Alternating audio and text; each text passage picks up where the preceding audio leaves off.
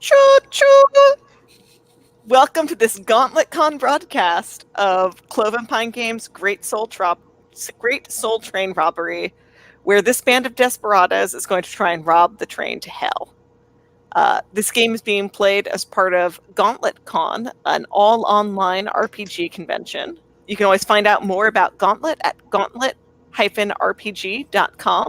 There are fun games going on all year round, though Gauntlet Con is a particularly great time to get on board, little children. And we're here to play The Great Soul Train Robbery, a game from Cloven Pine Games, which you can find at Cloven Pine Games' itch.io page, and links to both the Gauntlet and Cloven Pine Games you'll find in the video description at the base. I'm Leah, your GM, and I'd love to have both our players just introduce themselves and then introduce their characters. We doing players first and then characters in a second round? Yep, so one round each for you guys, just as normal people, then as desperados who thought robbing the train to hell was your best path forward. All right. So I'm Alexi, he, him, and you can follow my gaming endeavors online at Cloven Pine Games. Hey, familiar name. Excited to be here with Gauntlet Con, running some things, playing some things. Particularly pumped to get to play in this game. I'm Lucy. You can find me on Twitter at LucySpoopy, which the Lucy spelled Loosy, and then I hope you know how to spell spoopy. I'm here. I'm really excited to try new games. I feel like I've been looking at cool games that are D&D for ages, but as always, having trouble to find other people to play with it. And I'm so excited to rob a train to hell. All right, and on this train to hell, there is a particular and mysterious treasure. Lore has it, and I'll be interested if either of you have a particular source that put you onto it, that the very last car before the engine contains a song so pure that the devil could not let humanity have it. And so I'd love for each of you to take a second to introduce me to your character. Tell me who they are, what they're good at, what they're motivated by, what they're also motivated by that's a little more embarrassing.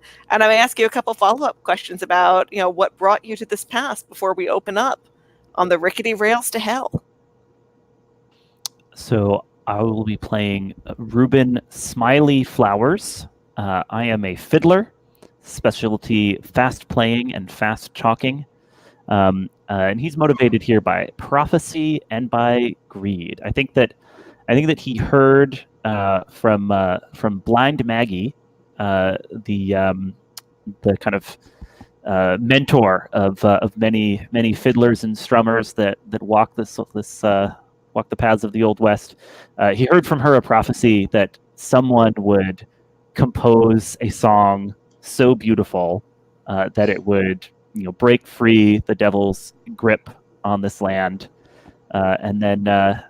Following this prophecy, he's stowed on board this train to try to wrest that song from the devil, which he figures will make him a pretty penny. Because I am also motivated by greed and by the desire to, bring this song back and play it on the highways and byways and maybe make it to the big city, making a name for myself as a musician. Ruben, how has your motivation of greed caused you to compromise your art before ever boarding this train?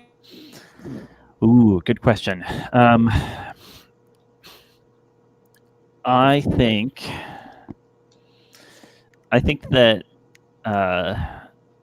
Ruben, plays different saloons and other establishments in the area, and so he's just built up a whole kind of profitable patter, right? Like he's kind of learned the repertoire of songs, learned the ways to be kind of charming and folksy, and it's all a put on, right? It's all a persona. It's not his real kind of artistic soul shining through. It's just what he knows will appeal to the crowds whose pennies and nickels he depends on. And what bill did you leave unpaid before getting onto this train that you're surely going to pay once you have the song? there's no reason for people to be so touchy about it. Yeah. So I think I have skipped out on the the landlady of the establishment where I was holed up. So I'm gonna pay back Catherine Gravedigger Goodwin, and I'm certain she'll be understanding about the little bit of time I need to get some funds together. Very good. And Lucy, why don't you introduce us to your character? I just want to say, Alexi, that's such a cool story. I can't wait to hear it play out. My character's name is Ebenezer Scrain. She is a homesteader widow, motivated by love and revenge. And revenge for what, Ebenezer? Wait, hold on a second. I'm sorry, I clicked the wrong thing. She is motivated by love and greed. Fair enough, then. Love for whom? I mean, since she's a widower, I think that kind of answers that question for me, her departed loved one.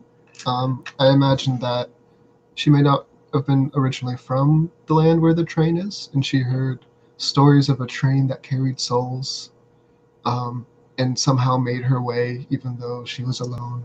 I'm supposing that in this rural road, perhaps her children were grown and weren't around when her spouse passed. And what's the name of that spouse? You can pick anything you like. I am. We have a cowboy name generator in the resources tab in case you need it. That would be lovely. I think I'm going to use that. Yeah, I got some names out of that generator for my setup too.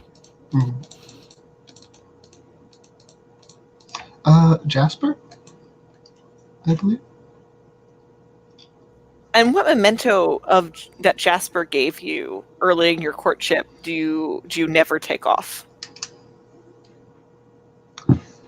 I'm going to say, with the religious themes, I'm going to say it's actually a golden cross necklace that she wears under the layers of clothes. They're like very precious to her. Nice. All right. And how do you think this song that the devil won't let into the world will help you in some way in your grief? I think that in her grief, and it may not completely be logical, as people suffering from extreme grief are sometimes known not to be. I think she believes that the song of Brought Back, it can be played over her spouse's grave and it'll bring them back. Or that she's hoping that she can find their soul on the train. And let's see. And what has your greed led you to that you feel like you'd have a hard time explaining to Jasper if, as you hope, he comes back from the dead? I think that they're from a family farm that's seen better days, and it's fallen into disrepair and a fallamus, I guess is the word for the land. And what she's also hoping to do with the song is to address what she thinks of their failings as, and not being able to run the farm well enough to have enough money to make it profitable, and use that money to reinvigorate the farm. All right, that sounds pretty good. All right. Do you guys feel set to start your robbery? Yeah, I want to know how our characters kind of teamed up to take on this task, right? Like, did one of us recruit the other for it, or we just were the only two souls foolhardy enough to take a go at this? Mm-hmm. What do you have any preferences there, Lucy? What do you think? I'm down for whatever. I think the characterization of Ebenezer as someone who's very desperate and has traveled a long way and willing to try anything leads it to like all sorts of possibilities for how we could have met up, or even we both smuggled ourselves into crates and we popped out at the same time in the storage car. Yeah, I mean, maybe you came and were so desperate and were like looking around for a guide, to get you to the train to hell. And Ruben was like, yeah, sure, I can lead you there, ma'am, and could possibly even exaggerated his own knowledge of the train itself.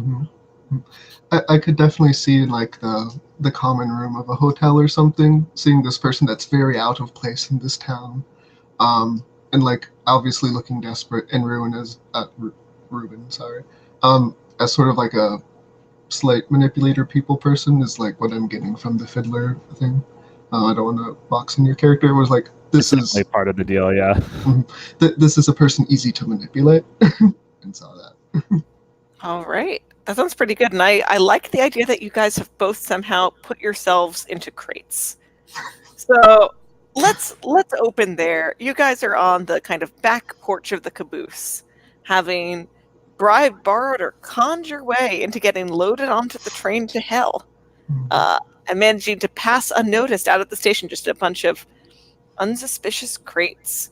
But you can feel the train rumbling underneath you. Maybe send a couple reassuring knocks to each other. It's time to crowbar your way out. What do you do as you emerge from the crates and look out over the rails, which, as far as you can tell, this train passes through the pit, like, are just rails with nothing clearly holding them up. No span of bridge. You've never seen a bridge this long or this flimsy. It's almost like a ribbon pulled taut that kind of twists a little as the train passes over it. And there seems to be light at the bottom of a pit, but not a very reassuring kind. What do you guys do in the caboose? I might, kind of stretch a little after having been cooped up in that box. I think I kind of like unfold out of the box. Some lankiness to Ruben. It's a little surprising that he crammed it all down into the crate, but the things we do for prophecy and greed. So he like stretches out, kind of like leans over the edge. He's like whistles a little, seeing that long drop down. He's like, "Would you look at that?" And I think he kind of like spits over the edge speculatively, and watches a little bit of spittle just diminish, I suppose, to nothingness. Yeah, I think as it kind of catches the light and falls, it just the liquid of your spittle kind of becomes harder and harder to tell whether it's droplets or blades as it falls. Oh my. I think as Ebenezer clambers out of her crate, she might ask Ruben for some help and like proffer a chivalrous hand. Of course. What a gentleman, she says. And her voice is very hoarse and rough and rusty. Imagine in the journey it was just like this absolutely terrible thing. She hardly talked to someone. Her voice has that scratchiness from disuse that takes a while to go away. And I think, I don't want to be like a boring thing where she doesn't say anything, but I think she's just taken by the sight of the pit. And there's a moment of an intense gaze where I think anyone looking on would be like, at that moment, she is not present in that moment. She is transfixed by the sight. Yeah, you guys are kind of among several crates. None of the other ones seem to have anything or anyone coming out of them. Just some supplies. One labeled horse blankets, one labeled hooks, various sizes. One labeled like alternate railroad ties, emergency use only. That's pretty much the caboose, full of boxes, most of which don't appear to have other folks in them. What do you do? I check the hooks box. I was gonna say the hooks sound interesting. And after we resolve the hooks box, I would. I guess how did we sort of prepare for this? Did we prepare with did we just hop on, or did we stockpile things that might be useful? I'm inclined to not make you list what you have that might be useful at the outset. And if it seems plausible it's in your homestead or widow pockets, I'll probably grant it. If it's implausible, I'll probably have you roll whatever the appropriate stat is to see how smuggling it has gone. So, Ruben, you want to break into this hooks box. Are you trying to break in a sneaky way or just smashing it open? What are you up to? I think it sounded like we used crowbars to get out of our boxes. So just, apply that crowbar again to to this box of hooks and take a look. See, could be something handy. I think I'd like to have you roll Sinner to open this box that doesn't belong to you. That's fair. I'm leaning into greed here.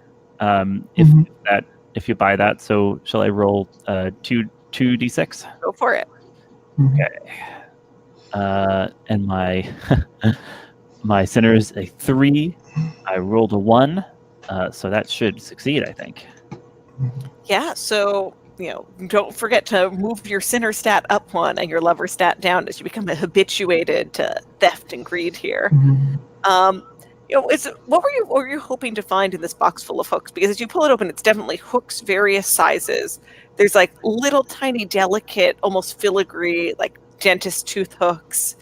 There's like a hook big enough to catch your whole neck in. I think there's probably kind of almost a little prosthetic hook that looks like it's well suited to your arm if you chose to put it on. But anything you're hoping to find particularly, you've definitely opened it quietly enough, I think, not to draw unnecessary attention at present. Yeah, I'd like to take a kind of mid-sized hook or two and just kind of stick them away on the insides of my jacket so that I've got easy access to kind of sharp hand weapons just in case that comes in handy. Yeah, absolutely. You're thinking kind of those like those hooks that have the bar on them so they're easy to hold and the hook comes up through your fingers like the rigid pull. Totally. Yeah, I think you can tuck those away, and as you pick them up, like you notice that the wood of the handle, the metal of the hook, even though it's cold out here, like the moment it touches you, it feels like it's flesh warmth. So it's cozy to tuck inside your clothes. So that's nice. Ebenezer, what's your favorite food, or what did Jasper used to make for you on special occasions? I think it would be a stew at a certain time. I think actually I'm going to say it was asparagus that they'd planted long ago, and it takes so long to grow. It was just a simple of that tossed in simple seasonings, but the fact that they put so much into it, that's a meal that she remembers and is fond of. Well, I think as Ruben's rifling through the hooks, and you're welcome to pick up any hook that strikes your fancy, Ebenezer, just let me know. But you can kind of smell the scent of that asparagus stew. So simple and yet so warming. Just kind of creeping out through the door of the caboose from the next car. What do you do? Before I act on the asparagus scent, I imagined Ruben opening the box as she sort of stood at the end of the caboose looking into the abyss, and then when she snaps back at the sound of the cracking wood, she's like, "Good idea. I don't want to be falling off of there," and she'll tie some, I guess. I'm sure. I don't think there's a grappling hook in there, maybe, but she'll tie a rope with hooks on each end. That if there's any sort of shenanigans of climbing outside the car or anything where there could be a deadly fall, that she could secure herself. Yeah, that sounds very reasonable. All right. So, festooned with hooks, the scent of asparagus wafting through the air to you, Ebenezer. What do you do?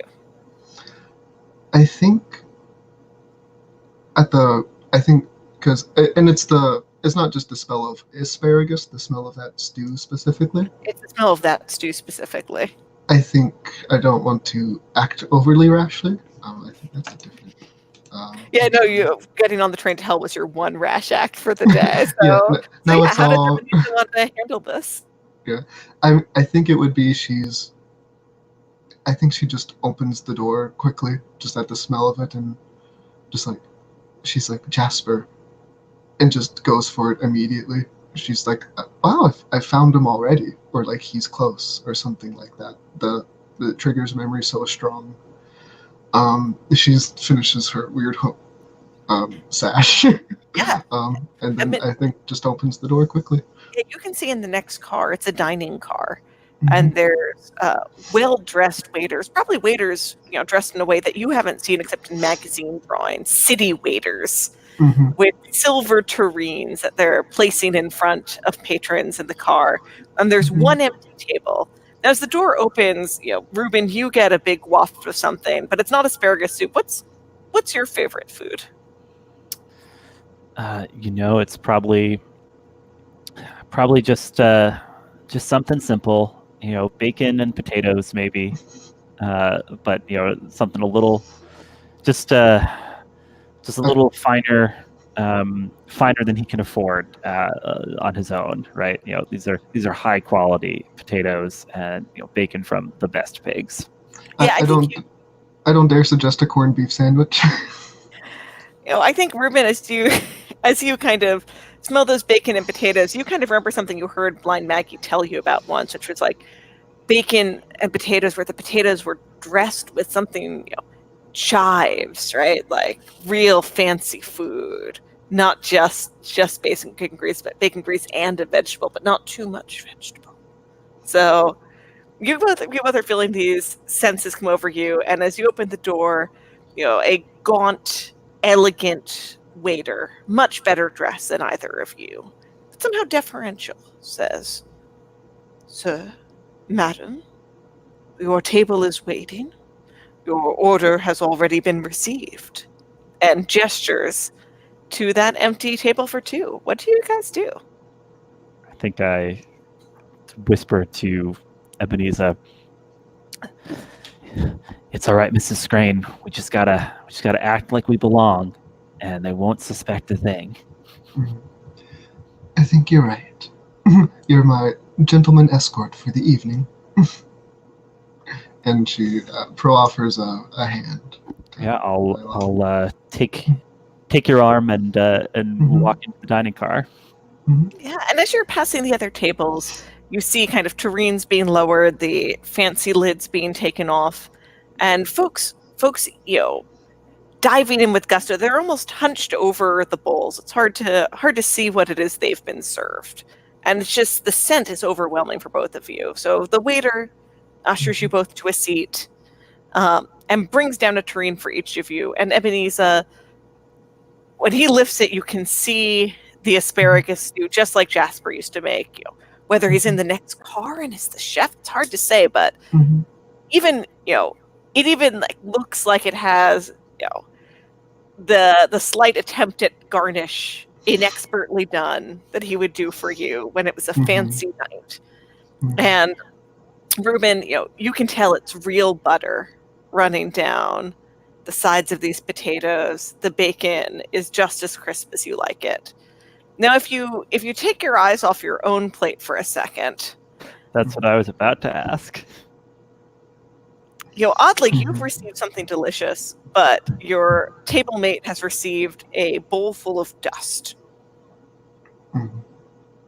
The waiter, hands you each a napkin and set of utensils and says, "Please be our guest."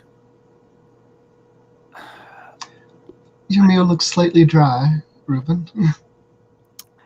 I look back and forth between the two for a moment, and I say, "Sad to say, I think we have been served incorrectly, Mrs. Crane, if you don't mind," and I'll switch the plates around. All right. When you switch the plates around, you can see your delicious food sitting in front of Ebenezer, while you now have a dry bowl of dust sitting in front of you. And Ebenezer, your stew, with Ruben holding a spoon with a slightly confused face over it, like all ready for him to eat, while you have taken his dust. What do you guys do? The waiter stands by attentively. Is everything all right? I think I'd like to put my hands in the bowl of dust and just, I guess, just investigate it with touch. Sure. And how do you think you're doing that? Are you holding on to hope? Are you trying to do this in a forceful, contemptuous way? Do you think you're doing this in a more lover or sinner way to investigate the soup? I'm sorry. Let me look at the lover sinner thing. The more selfless, the more lover. The more selfish, the more sinner here. But I think I would actually say it's lover. I think like the sight of the meal brought up a lot of emotions that she'd been repressing, and she knows that the train is malicious as it is a demon hell train, but she'd hoped that she'd find him right away and they could escape together. So I suppose love her. I believe that. So you're going to roll with 1 die by default. If you think you're motivated here by your love of your husband, you're welcome to roll with that 2nd die. I mean, I think that tracks. I think I would feel weird not doing that, giving the explanation. Yeah. All right, roll 2d6 and let's see how they stack up against your lover's stat. So 3 or how do you clear dice? You can click them and then hit remove, or clear or delete selected. That's what they're called. Yeah. Oh, delete selected. Okay. Sorry. Yeah, I'll just. I actually don't know what I. Oh well, I rolled. Was it 2 3s? Is what I rolled. I think. I'm sorry. Is it okay if I just do it again? Or.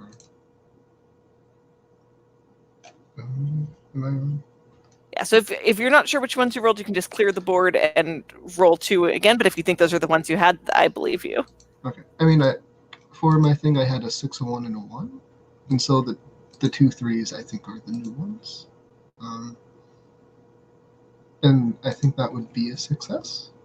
Then that's what you've got, and you needed a 3 or below, so you're all set. You kind of feel the dust run through your fingers, and the waiter looks at you kind of in a warm and confidential way and goes, "Yes, many of our guests choose eventually to eschew their utensils." And as you look around, you can see that folks are just kind of stuffing their faces with dirt. As you look around, these elegant guests look almost like folks who've been driving motor cars, right, with the grime smeared all over their face. So he doesn't seem suspicious. And as you paw through the dust, you feel in the base of the bowl something hard and round, and you pull it out, and it looks like it's Jasper's wedding ring.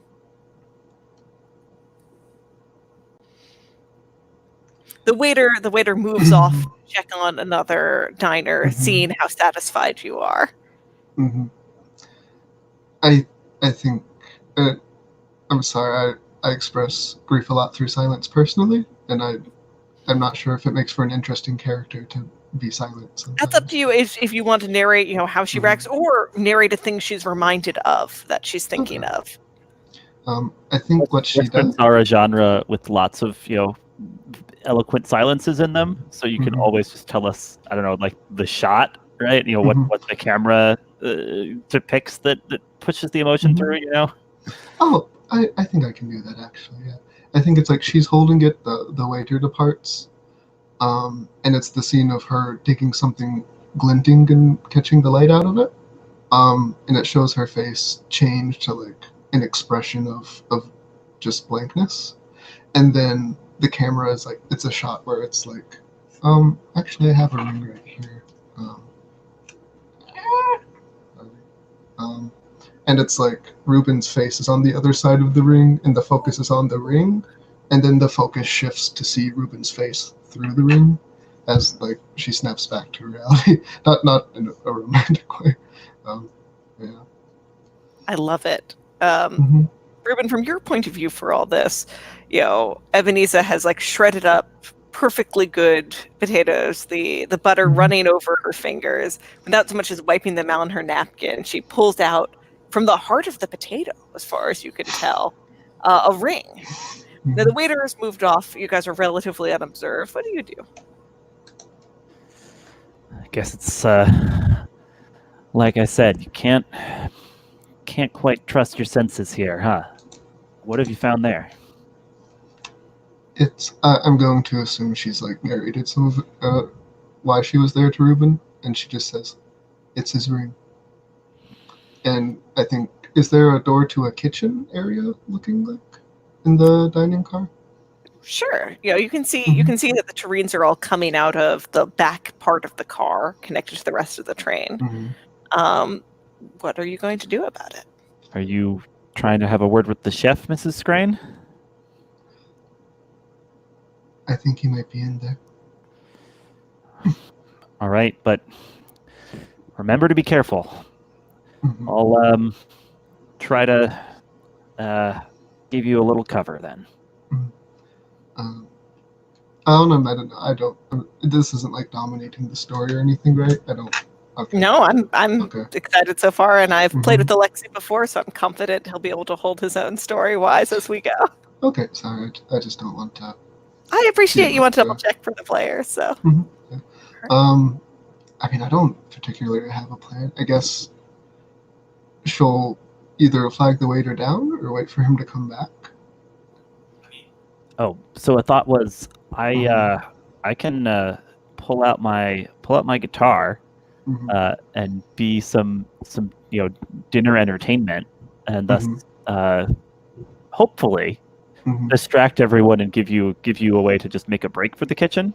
Oh, okay. Yeah, that sounds reasonable. If we want to do that, yeah. Yeah. And I do. That And sounds let's fun. give that a try. Ruben, are you doing that selflessly to help out your traveling companion? Or do you kind of want the attention of everyone here on you?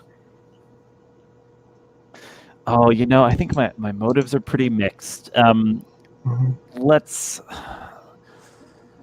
try Lover though, because he is indeed moved a little, right, by Ebenezer finding that ring, right in that potato. Who'd have thought?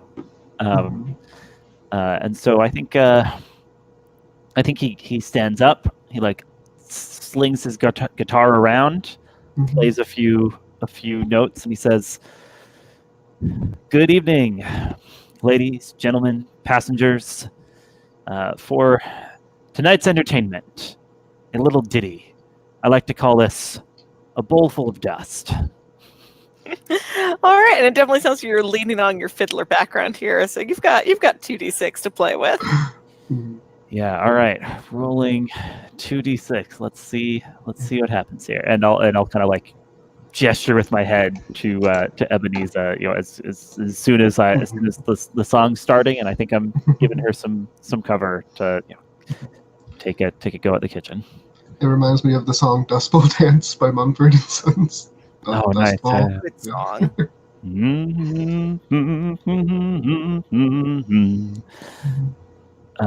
Hey, I rolled 2, and one of those was a 2, tying with my lover stat. All right, go ahead and shift your stat, and Ebenezer, make sure that you shifted. You did. You're on top of it. So, I think as that music starts to play, um, you wind up, feeling like there's almost a little bit of accompaniment that as the train sways over the pit, the utensils kind of start to jump on the table in rhythm with the way that you're playing. So you've got folks pretty well distracted. And Ebenezer, it's your chance to make a break for the kitchen. Do you? Yeah, absolutely. Yeah. So I think when you open the door to the kitchen, you find a bird-headed woman in an apron with furled wings that barely seem to fit into the narrow kitchen, and she's just got almost a little a hopper of dust she's filling bowls at by the spot where you'd expect there to be a sink, and just slamming tureens over them and pushing them through a slot in the door. Now, when she turns and sees you, she says, "Oh, employees only back here, ma'am. Wouldn't you be happier at your seat, eating peacefully?" And then she reaches for, and it's odd that there are utensils here at all, honestly, because she doesn't appear to be doing any cooking. And so she just pulls out a meat cleaver that really she doesn't seem to have any need for in this minimal kitchen, and says, "I'm happy to escort you back, but you can't go any further here." Yeah, go ahead. If you have an idea of what you'd like to do with this cook fury. Cook fury. That's amazing. Thank you. When she says you can't go any farther, does it look like that there's more parts to the kitchen that the cook fury is blocking, or is it just this It looks very like it's just small the space? next car in the train. Just like the next car in the train. Okay. I might leave you there for a second, mulling how you're going to reply. Let's cut back to you, Ruben, as you're winding up near the end of your song. You haven't yet seen or heard anything of your companion. We'll find out in a second what kind of noise is coming next, since she passed through those swinging doors. But as you play, folks have left their seats and have begun dancing. And they're dancing in a tighter and tighter cluster around you. And the dust is all swirling through the air, and it's getting into your eyes and into your nose till you're, it feels like the music, won't let you down. You're almost coughing and sneezing in rhythm, but you're feeling suffocated by the people, by the dust. What's your plan here, Ruben? Yeah. I think like he's wrapping up the song. He's like, and so, like my grandfather always said, you can sit down with the devil and sup, but you ain't gonna get anything for your bread, save another bowl full of dust. That's punctuated by at least one cough or sneeze. Yeah. So people are dancing all around. I'm like, thank you, folks. Have a good evening. Don't forget to tip your waiters, and hey, toss a penny in the old hat while you're at it. And I'm kind of taking off my hat, holding it out, and trying to basically kind of push my way amongst the dancers and get them to to pay up a little for their entertainment as I attempt to basically dual purpose here, escape from here before things get worse, and maybe make a little jingle along my way. Yeah, well, if you want to come out of this, the better for your playing. You can shake down the crowd. Tell me what you're doing to shake them down here. You think this is more of a lover move or a sinner move? It sounds like you're sinner, I think. That's what it sounded like to me. Though plausibly one motivated primarily by greed. So I'll like give a kind of like grin and like flash that trademark smile, Ruben Smiley Flowers. But there's a guilt trip there too, right? So I'm saying, come on now, all you fine passengers aboard this train, surely you can afford just a little acknowledgement of my work here this evening. What are you gonna do with it? Where you're going? All right, go ahead and roll them bones. I'm very interested if coins do appear, what money these people have or what they use as money. Really good question, huh? So I'm rolling sinner with 2 dice because I've got the greed going on. Hey, that's 2 3s. So tied on both counts. All right, so I think people kind of do respond to you, and like more generously than they ever have at a performance before, where people are turning out coins from their pockets. A businessman unstraps the watch from his wrist and drops it in. With every coin that falls into your hat, and you've buffed before, you're used to this, everything's so much heavier. You need both hands to hold your hat. And there's always, when the getting is good, there's a liveliness to money.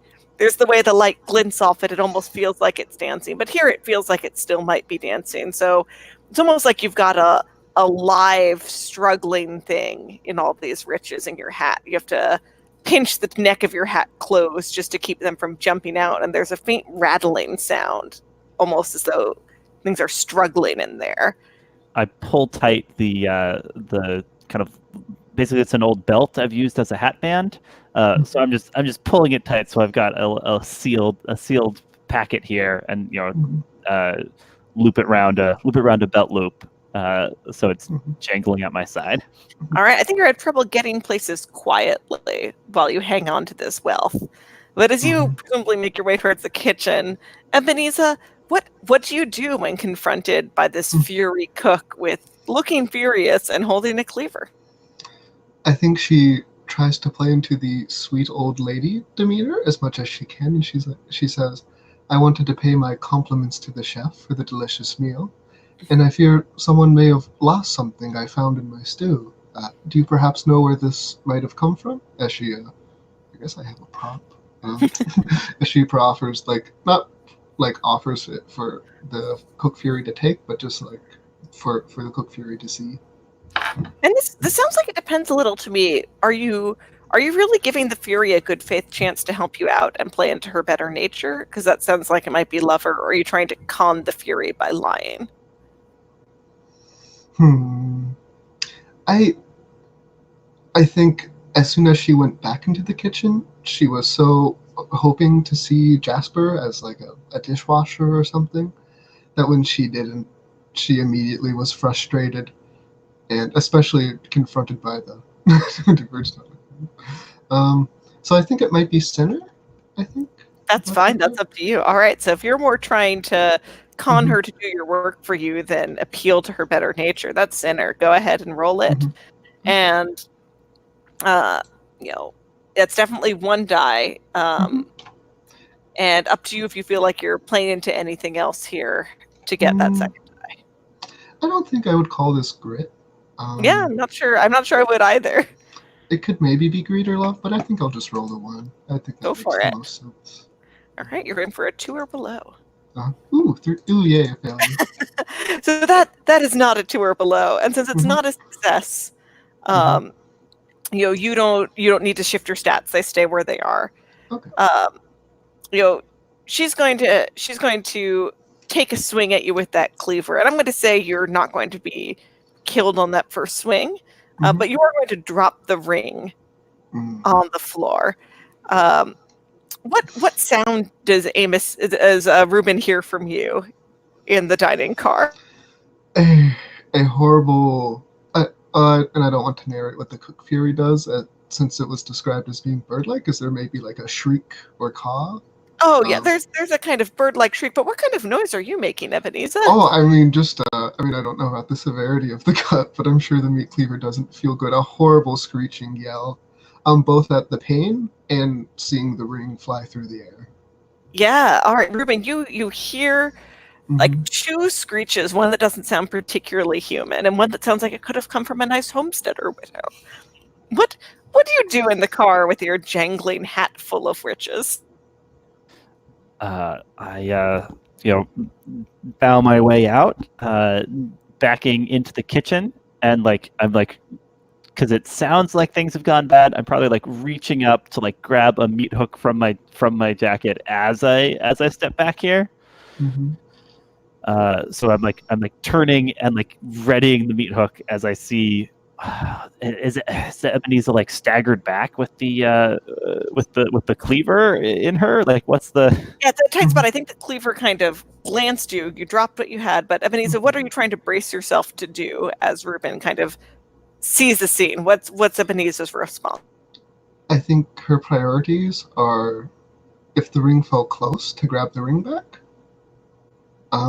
and then to escape safely. All right, then I think Ruben, you're probably seeing Ebenezer dive for the floor as the Fury swings the cleaver over her head, or where her head just was. What do you do? I go for the neck. All right, well that certainly sounds like acting with brutality. Yeah. It doesn't sound like a particularly fiddler-related mauling. Do you have anything else going for you here? Not really. This is just a meat hook attack on this monstrous cook here. Well, you've got a 4 for Sinner, so yeah, let's see what happens. All right, roll in. Hey, that's a 1. Ooh. Wow. Yeah, well, this is going to be one of those things that's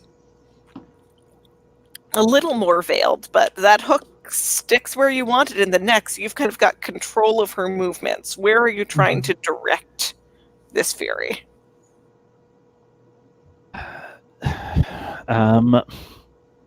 Is there a like a big oven by any chance in this kitchen? You know, it's odd that there is one, given that there doesn't appear to be much cooking going on. But I'd say, what's a hell-trained kitchen without a big oven? What do you want to do with that big oven? I think I'll say, all right, lady, why don't you simmer down, and like just like bring like a foot up and like bring down the door to the oven, and then like try to just toss her in with the hook.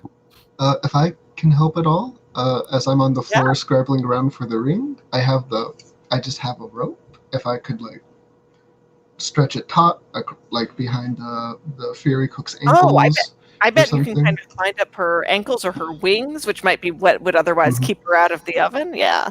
So between the two of you, it's Thanksgiving, right? First decent meal the train's had in a long time. Are you slamming that oven closed on her? Yeah, I think we are, right? Yeah, I think, yeah, I think that would fit. I think you guys have a clear path through to the next train car, and I think that as that oven is closed, it does start heating up. It wasn't in use before, but it seemed to need something in it to go, and just wafting around you, and you can smell them both at the same time. Reacting to both at the same time is kind of that scent of not even the Thanksgivings you've had, right? The Thanksgivings you've imagined from magazines.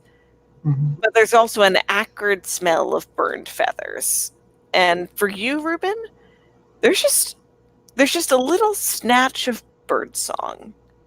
And you know if you stayed, you could figure out how to do that on your fiddle.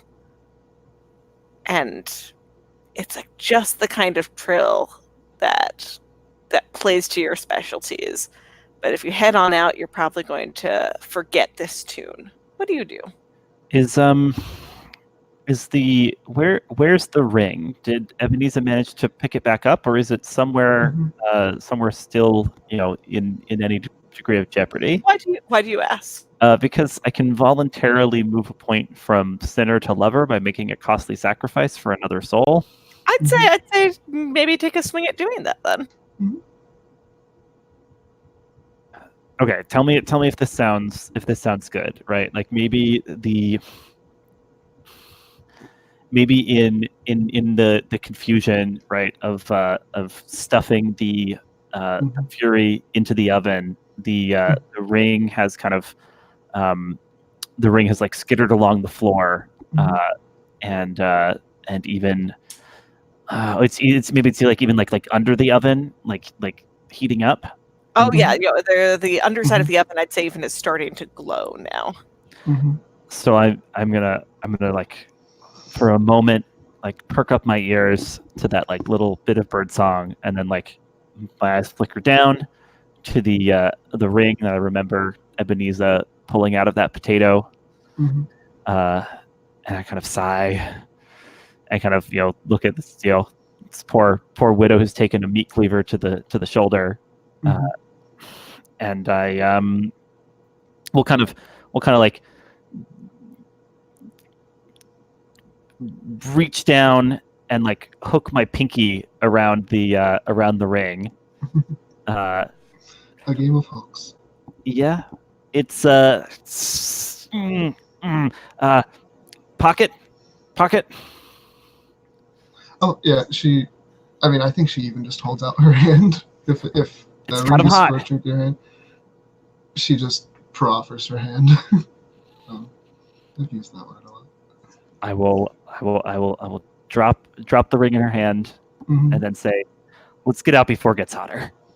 Yeah, and I think for you, Ruben, that ring, reaching under, like there's no hair left on the top of your arm where you put it under the oven. But Ebenezer, when the ring drops into your hand, like for a second, it feels like it's the pressure of a whole hand in yours, and it's not too hot to touch. Oh, not for you. Is there a certain script glowing in a molten red on it? No, you guys No. never had the money to get them engraved. Oh, So. I'm sorry. I was know being it. silly. Okay. That also right. makes sense too. So you guys throw open the next door, and Mhm. there's a blast of wind. Before we leave that, if I may, can I grab the cleaver and put it under a petticoat or skirt, if you think that's fair? I think I would never doubt a homesteader widow's ability to stash blades all over her dresses. So yeah. Lovely. Awesome. All right. So there's a blast of wind, and you're standing kind of on the edge of the door, and the next Mhm. car looks like it's a railroad crane. So you're completely outside the train now. Mhm. And there's just a crane arching up,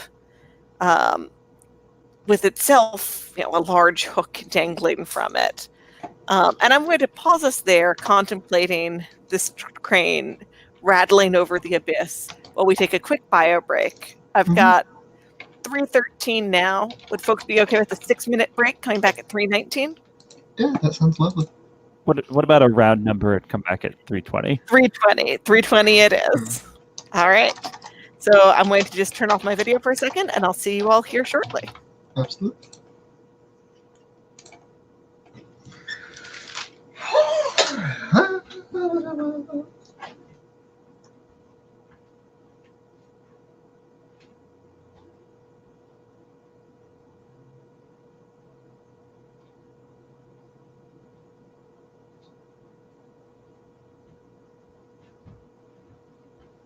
I don't.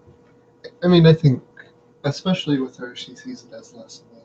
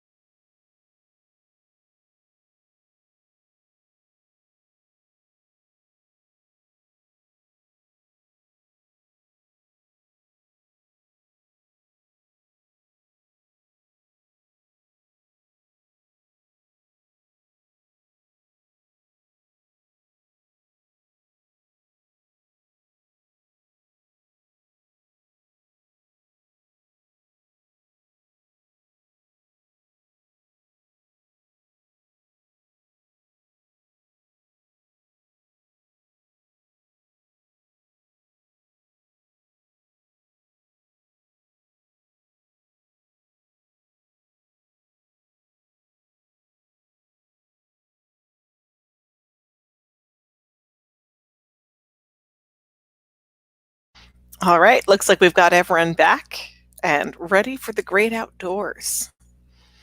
So you guys are, have the wind whipping in your face.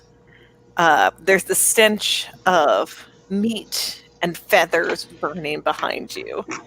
And ahead of you, a railroad crane.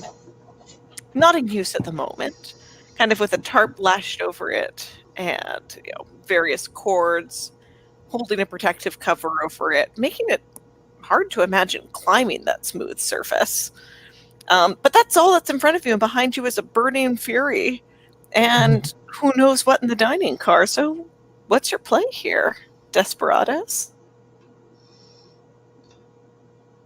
Am I ever glad we opened up that crate of hooks? Yeah, what are you planning to do with those hooks and that rope you've got, Ebenezer?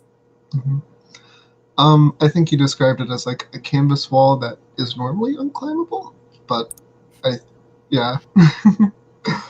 think it's I think she might talk to Ruben and be like, I guess indicate that like if only one of them can climb at a time, that he should link it around his waist and then I guess hurl it up there and hope it sticks, and then she can come up after. What do you think they load with this thing anyway? Damn souls? I don't know. I didn't know you needed to ferry them in like lumber. Well, takes all kinds. All right. You want I should hike over first and then you I'll follow after. You can help pull me up. Okay, here goes nothing. Just checking that we're picturing the same thing. There's a rope with a hook on each end, and we're attaching one hook down here somehow, and then hooking the other up, and so that okay, cool. So I'll try climbing it, and then try if need be hoisting you up on the on your ascent. Yeah, I'm gonna size up the climb here. Take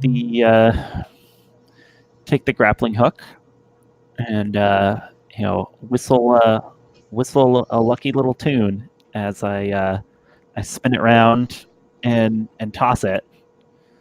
It sounds to me like you're being a gentleman. Yeah, I'm taking the first go here. Let me get prophecy in here. Yeah, because you're rolling it just to hit under a 2 otherwise. Yeah, it's tricky. I think I'm whistling a tune of a tune of Blind Maggie's. And it's the she spent so long trying to evoke this song that would be pure enough to pry out the devil's claws from this land, and none were satisfying to her. She never got it, but I remember this one of hers, and it stuck with me. So I'm just whistling that for a little luck and a little encouragement. And I'll give you a little more than that as you're trying to lean into prophecy here.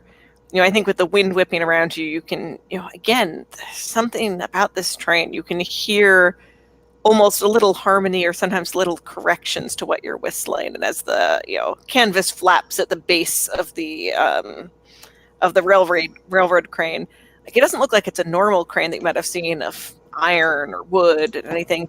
This looks like it's made of brass with little fluted bits of silver running alongside it. It's hard to make out. You're focused on throwing it, but something in this crane is singing with you.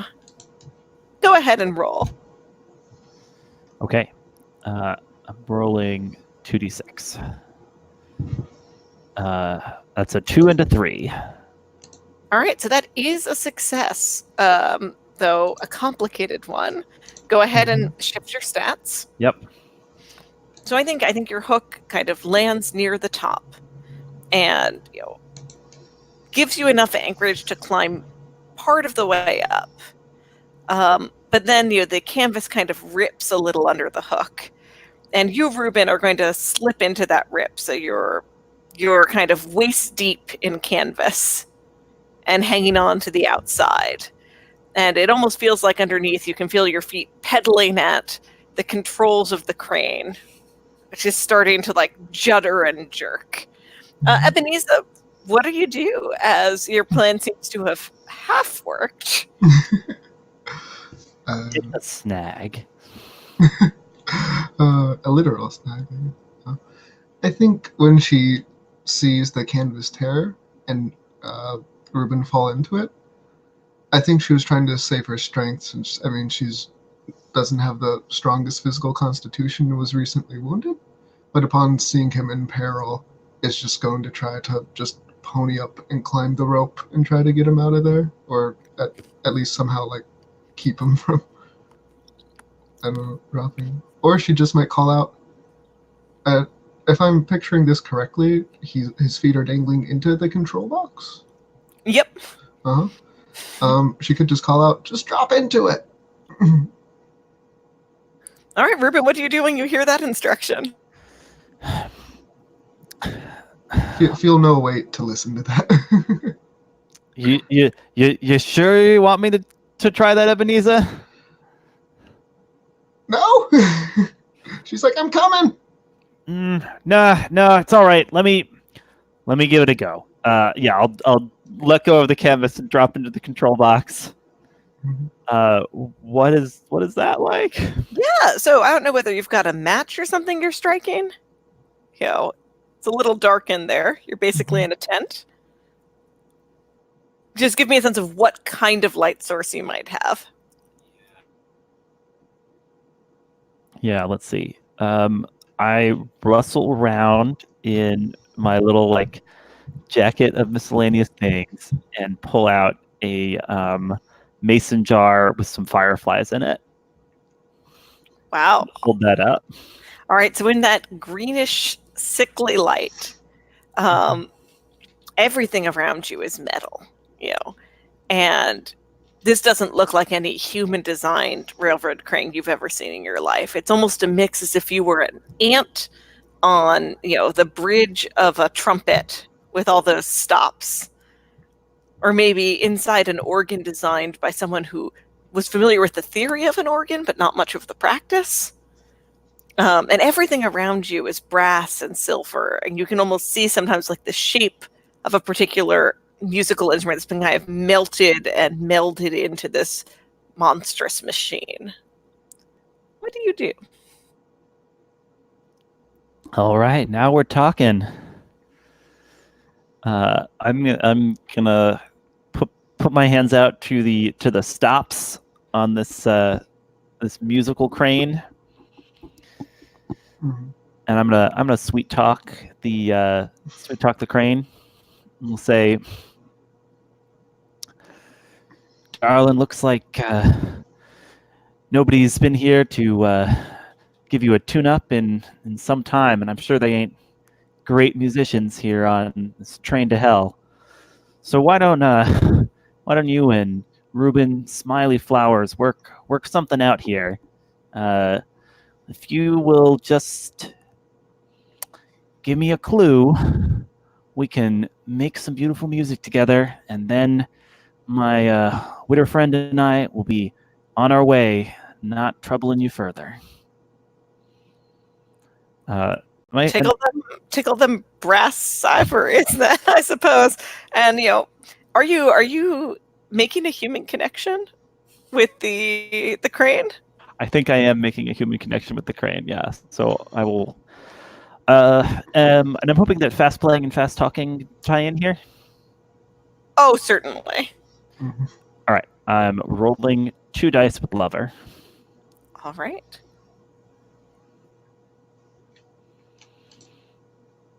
6 and a 3. All right, so there's a matched hit for you there. So go ahead and shift your stats. I think as you start playing, you have part of the melody you've wanted, I think.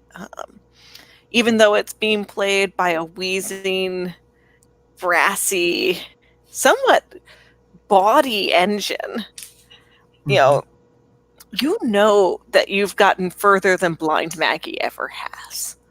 But from your view, Ebenezer, like it's the whole crane that you're on is just kind of convulsing, and the crane, hook just spins around and hooks itself into your waistband, and it's almost as though it feels like it's trying to be helpful, you suppose, and it's going to just kind of toss you over the next car. So, Ebenezer, you're going to go flying over a armed car with what looks like, as you see very quickly, a Gatling gun on top, staffed by a Fury, who barely has time to track where you're going before you crash through the roof of the following car. Ruben, you can tell something dramatic has happened out there, but probably not exactly what initially. Ebenezer, let's stick with you for a second. You seem to have landed in, a car that's open on top, walls on the sides, and just crammed thick with bunks. Though a sleeper car would normally have a ceiling, right? Wouldn't have been as easy for you to just kind of, drop through the top, but it's crammed through with bunks like, like the old man Wilkins has on his farm, where he has too many farm hands and doesn't treat any of them well, crammed in like they're cordwood themselves. And each of these men here that you can see, men and women, are slimmed down to just sticks and bones and tossing and turning in their sleep. And there's almost a film passing over each bunk. And you can see a specialty hook on a stick just at the edge of the rail car that says collection. So what do you do in this unpleasant bunk car? I think her first instinct is, I guess just like orient herself and stuff. When you said a film over the bunks, do you mean like there's a person laying in the bunk and then almost like cellophane on top of them? Yeah, I'm kind of thinking that in the way you might be able to pull a curtain shut. Oh, Instead of a okay. curtain, there's kind of a rippling, like oil slick kind of accretion that's building up over the kind of edge of each bunk. Okay. I think we'll see what happens with it. Because her first priority is thinking of Ruben in the crane, who she feels some responsibility for just crying out something that she thought might help. And knowing that there is a Fury with a Gatling gun on top and perhaps an entire militant train car, she's going to, I guess, grab the hook marked collections, the hook staff, hook. Does anything happen upon touching it? Or? You can just feel it's pulled towards the film that's building up like curtains. Like, that seems to be what it's made for. It separates out into kind of little delicate wire hooks. It's almost like a rake of hooks, right? Oh, okay. But it's obedient to your hand for now. But it's almost like a dog out hunting with you. It knows where it wants to be. Okay.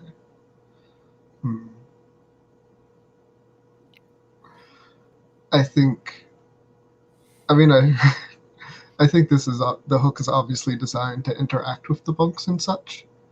I think her priority is making sure Ruben is not made into Swiss cheese as he attempts to talk to the crane. And I think she's going to try to remove the hook chain, the hook rake from the car, as she goes back in the direction that she came from. I'm hoping to reunite with him. All right, so you're headed towards the Gatling gun car. Ruben, let's check in on you. What have you done after the partial song kind of comes to a juddering stop, and you feel that something dramatic has happened overhead of you with the crane. Ain't that nice, Ebenezer? Haven't lost my touch. Ebenezer? Mrs. Scrane? And if I don't get an answer, I might kind of try to play the hook organ such that the crane hook will swing back around and maybe like pull off the tarp covering it, just so I have a view of what's going on.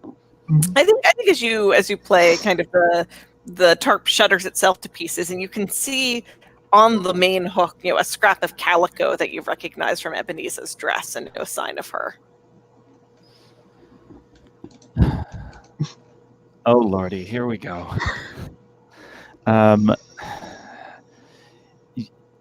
Yeah, I scan ahead to I first kind of lean over, staring down to make sure she hasn't plummeted off of the tracks into the pit. Mm-hmm. Hard to be sure. There's a lot of pit. Then I also look forward to see if she was tossed onto the next car or something like that. You can definitely see a figure on top of the next car. Ebenezer, is that you? And with a creaking sound of machinery, the Fury on the top of the car pivots her seated Gatling gun and goes, "We're not due for a tune-up for another 2 millennia." And starts firing. I think And Ebenezer, you can definitely hear that the gun is now being discharged. So either of you, how do you respond to this moment? I would like to have a flashback. Lay it on me. Double check. Yeah, I can voluntarily move a point from lover to sinner by narrating a flashback scene showing how my vices led to me becoming a desperado, robbing a train to hell. So I think it's kind of a montage of the first time Ruben had to tell Catherine Gravedigger Goodwin that he was going to be a little late, with the fee, right, for his boarding room, and he turns on the charm, uses the old smile and says maybe he could play a few tunes on the old piano in the common area of this boarding house, and she kind of she's a tough lady, but she gives him the chance, and so there's scenes of him playing the piano to the acclaim of some of the boarders, and then there's a scene where he comes again and he's saying sorry, cash is a little hard to come by, but maybe just another night of music, and he like holds out a flower this time, that kind of Catherine takes and just studies, but gives him another nod, and then there's kind of at the end of this night of music, things have wound down. Catherine comes over and sort of leans on the piano and like looks at him levelly, and he proffers a hand, and they kind of dance for a minute, and there's no actual piano music playing, but it's like they're hearing it. And then there's another time, he's kind of playing, and like just a hand like reaches over and like pulls him away. Some veiled stuff goes on, right? And then he says, "Oh, Myra, you're just about the best gal." Hold on. It's a slapping noise. Next time he's kind of like rubbing a cheek and like shamefacedly saying he might be a little short, and Catherine just slams down a contract on the table in front of him, And he nods and sighs. That's fair. And I'm assuming Myra is the name of his last landlady. Oh, certainly. Yeah, that sounds like that merits a move from lover to sinner. Now, what is it you're planning to do with that sinner stat? I'm pulling out all the stops on this contraption and just trying to swing the hook over to knock the fury off with the Gatling gun. All right, so acting with brutality, using your fiddling skills, so to speak. Yeah. All right. Rolling 2 here. Yeah, and they're both 2s. So you catch that fury, kind of hook one of her wings. What kind of music are you trying to play to get the crane to do what you need it to here? It's like aggressive hurdy-gurdy music, right? Nice. All right. So I think that's going to swing the fury kind of trapped and wriggling right in front of you, Ebenezer. You're now faced with a fury, probably a different one. You don't meet many furies. The other one's dead, I assume. But dangling in front of you, spitting and cursing. What do you do as she's proffered in front of you like an unpleasant Christmas gift? Are you making an Ebenezer joke? Not necessarily. If Leah is, I think that's lovely. I think I might also have a Descent flashback. Yeah, go for it. Tell me a little bit about what led you here to become a desperado, robbing the train to hell because of your own vices. Yeah, her vice is greed, but I think the moment comes back to when she was young and working as a farm hand.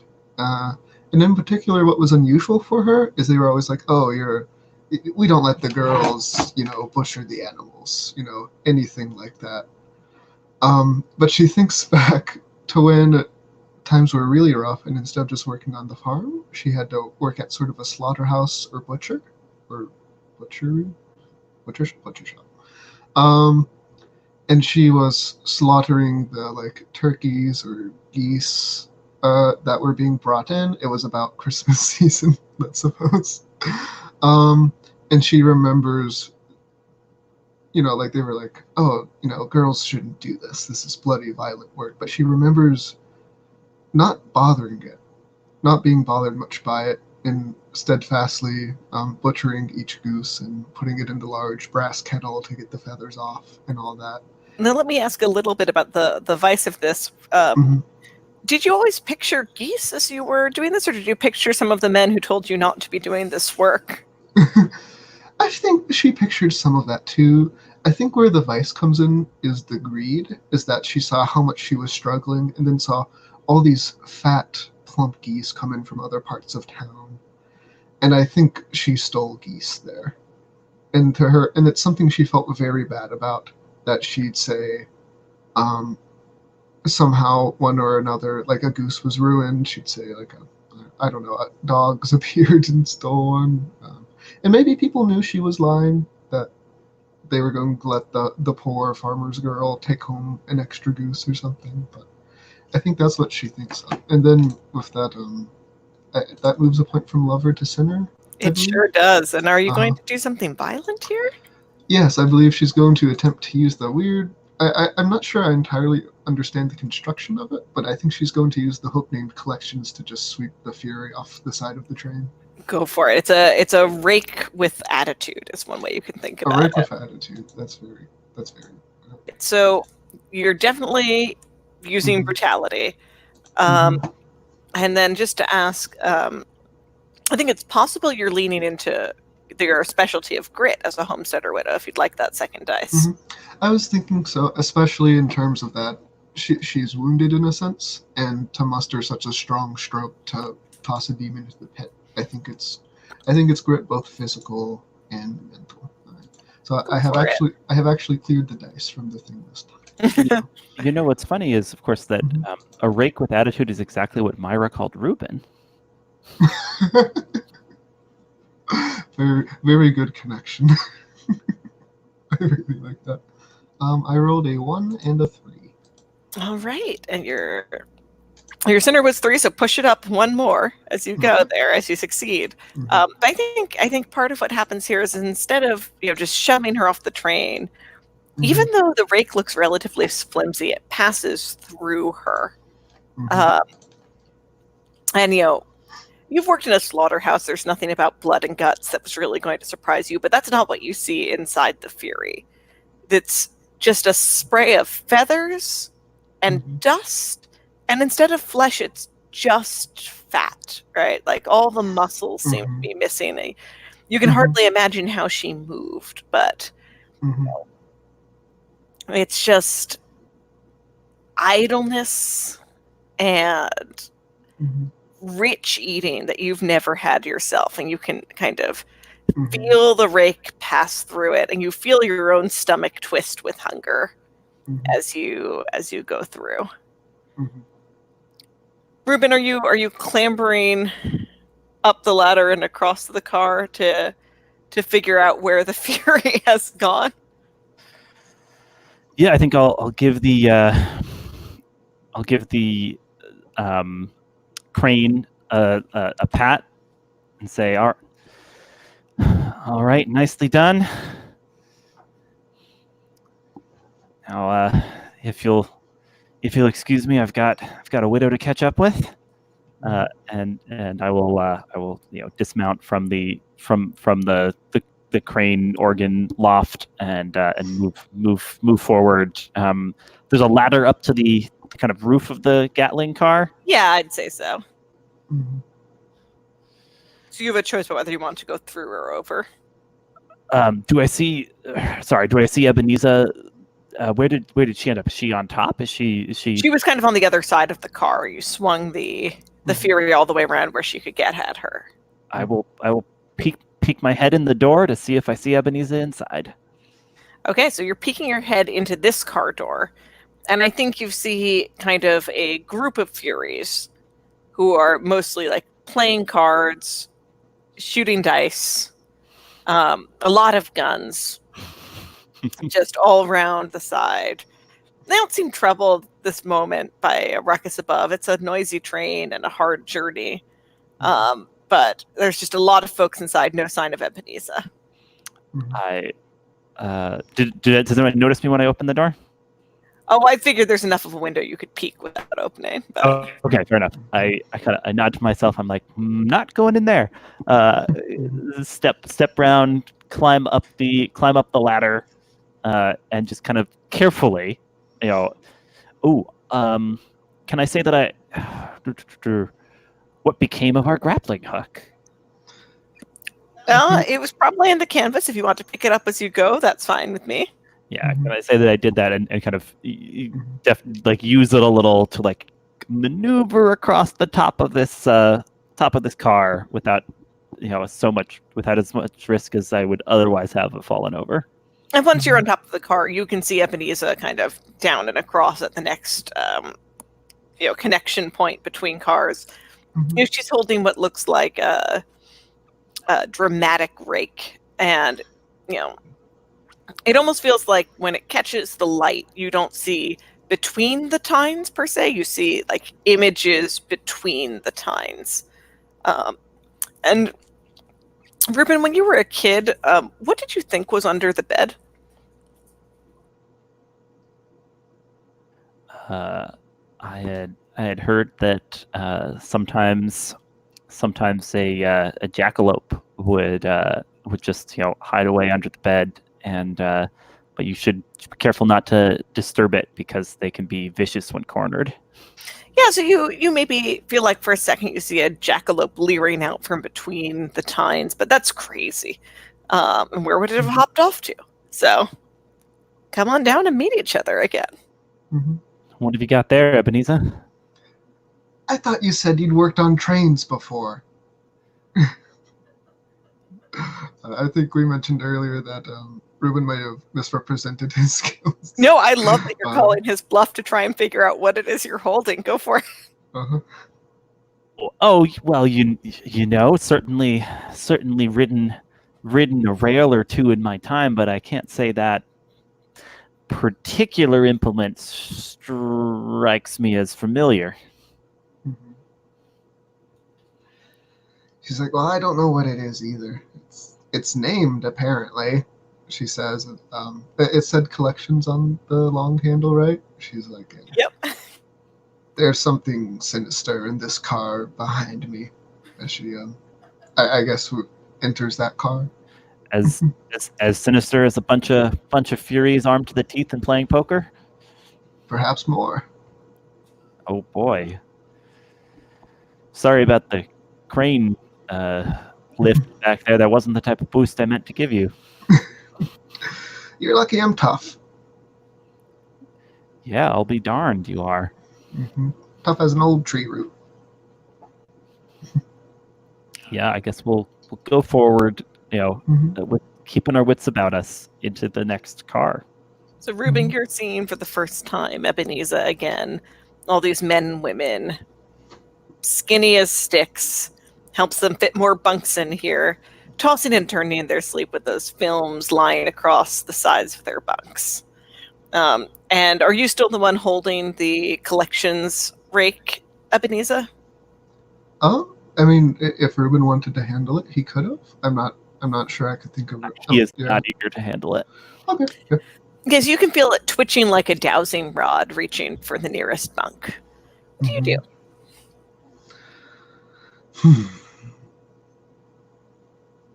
I mean, I think since she swiped it through the Fury, and I think she knows that this is like a tool for, I guess, harvesting some sort of essence about these people. And I think as that sort of hits home after the adrenaline of the of the crane sequence ends, I mean, I think she tries to keep it from touching anyone. That sounds like a act of generosity and care for these dudes. So why don't you roll lover to see if you manage to master the raid? Mm-hmm. Yeah, no, that sounds good. Let's see. I'm not necessarily going to do this now, but I saw there was a mechanic called Scars. Yeah, you can take a scar at any point and just narrate what it is in order to get an extra dice for a roll. So that could be kind of a physical scar, or it could be, more of a internal wound that's really going to mark you about this journey forever. Okay. Yeah, I mean, I suppose I'll see what I roll, and I just don't want to be like, I didn't succeed. Do I then take a scar? No, I think you decide before you make the roll. So Okay. you're taking the scar to give the better chance, and maybe it would have made a difference or not, but you don't always know when you get into these messes. Okay. I think I am going to take a scar, and in this case, it might be a physical scar as it leaps out at someone, because I think she now views this as like she worked as like a butcher's assistant, and she's like, it's work, but it's not necessarily as bloody or brutal as it was. But what that rake did was something evil, and she doesn't want it to touch any human. At least. Yeah. Are you reaching out with your hand? Like where do you, or are you getting pulled into something?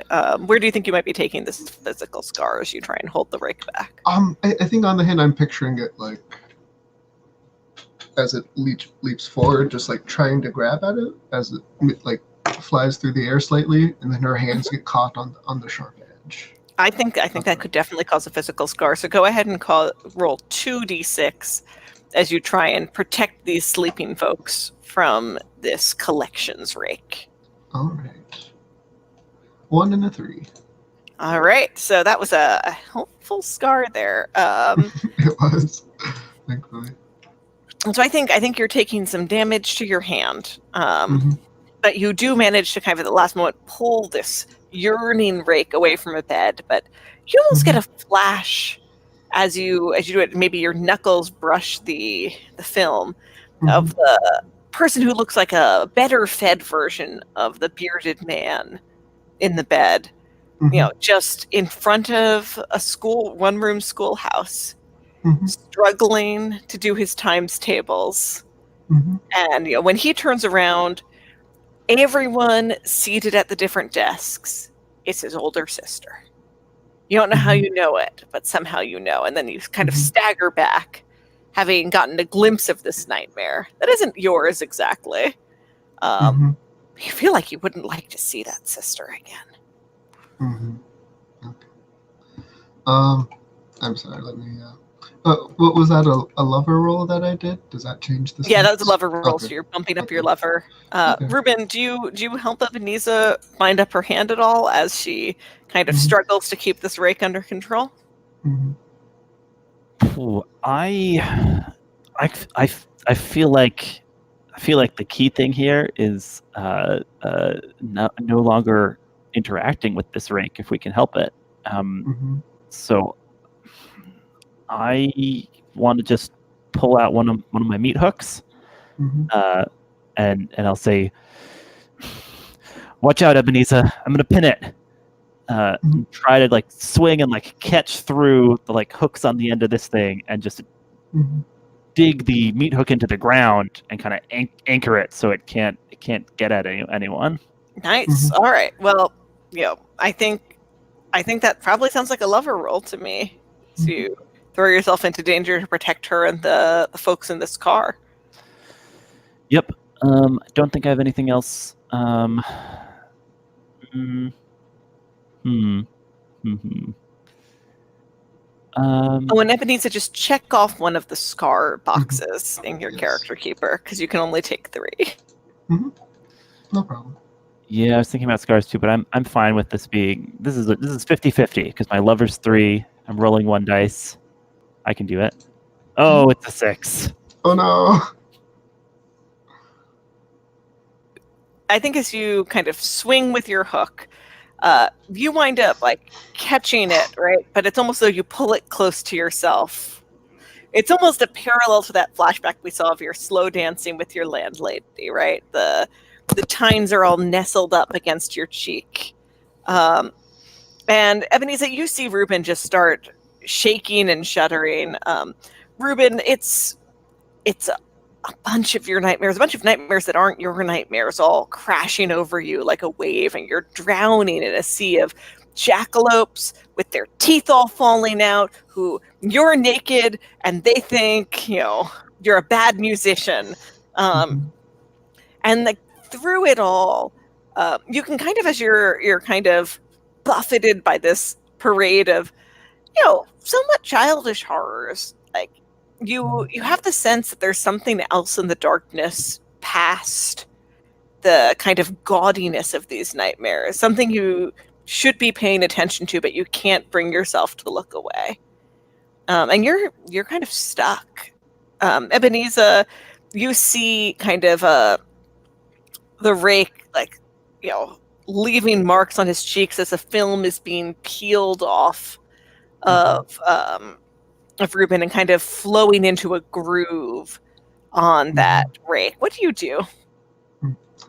I think she saw the rake as an evil tool of the furies, and I think she now knows what the furies eat. If I'm reading that correctly, I think she was thinking that it could be a useful tool to frighten or intimidate furies along the way, but now she just sees it as something that needs to be destroyed, whether that's throwing it like out the top of the car, out of the train car, or just depending on how it fell, just trying to jump on the handle and snap it.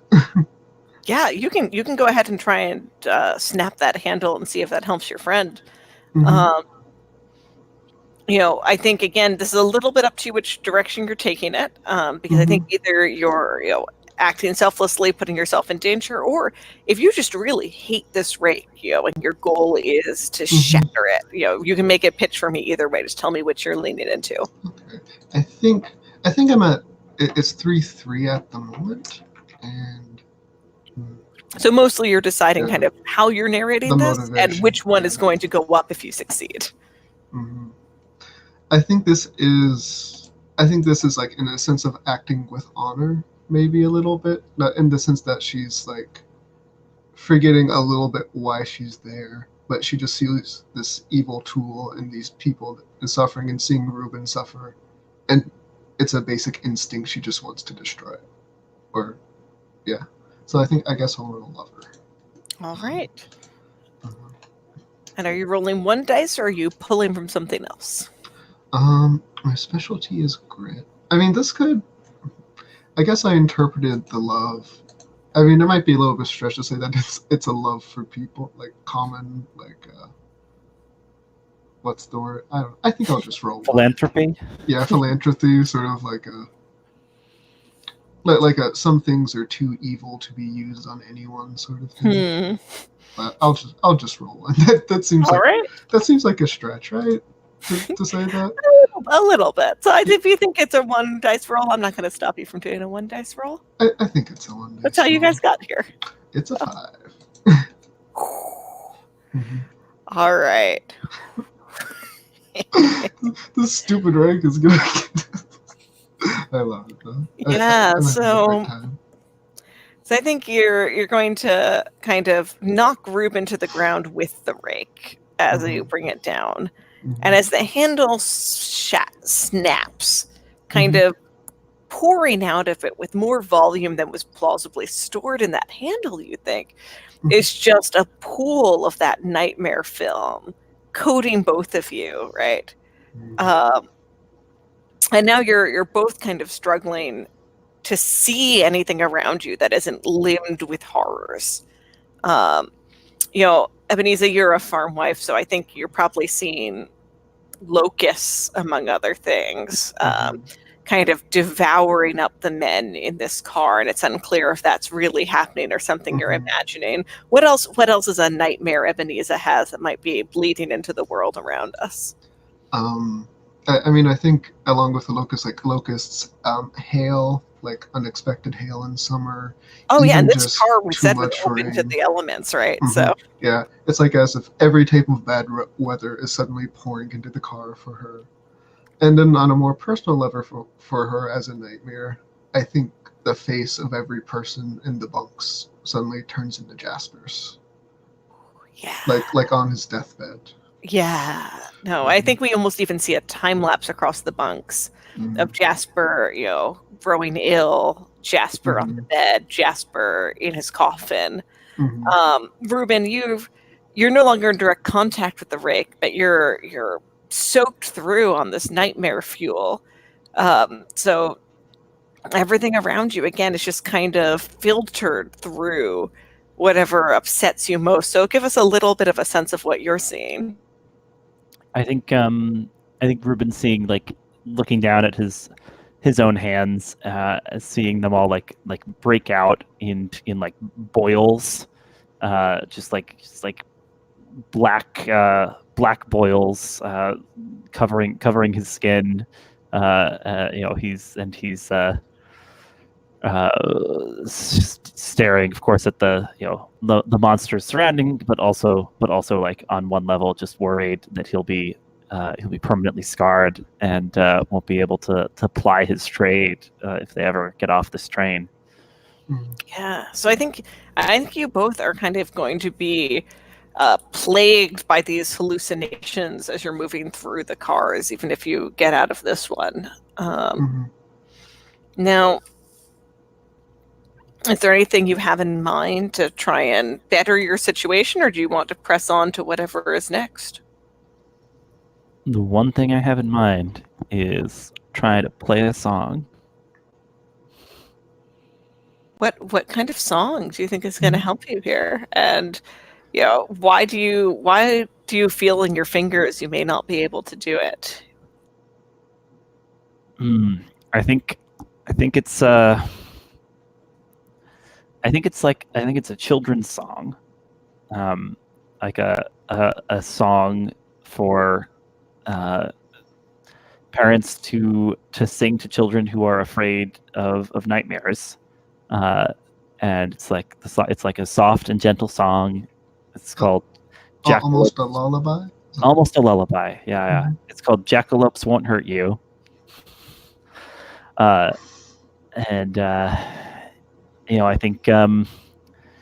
think Ruben's worried that he's not the kind of person that could sing the song. That he's not cut out to take care of someone, and so he doesn't. He's never played something to lull someone's fears and help them through the nightmares. He's only played to entertain, and it's feeling like that's a very very hollow thing compared to being able to sing this simple song right here. Okay, I think you can try that. I'd love to know how many dice you think are appropriate. It sounds like it's definitely a lever roll, and I'd love to hear a line or two from the song. Yeah, definitely a lover roll. I don't know if my fiddler specialty comes in because this is, I think, specifically not fast playing. I think this is slow and soft. So I'm gonna take a scar. To just basically kind of ignore these boils I'm perceiving, and play the guitar anyway. And so even as I see them kind of like burst and a little bit of blood, slick the guitar strings, and so they cut into my fingers as I play, I'm going for it nonetheless. So that I can roll 2 d6 here. Yeah. So I'll say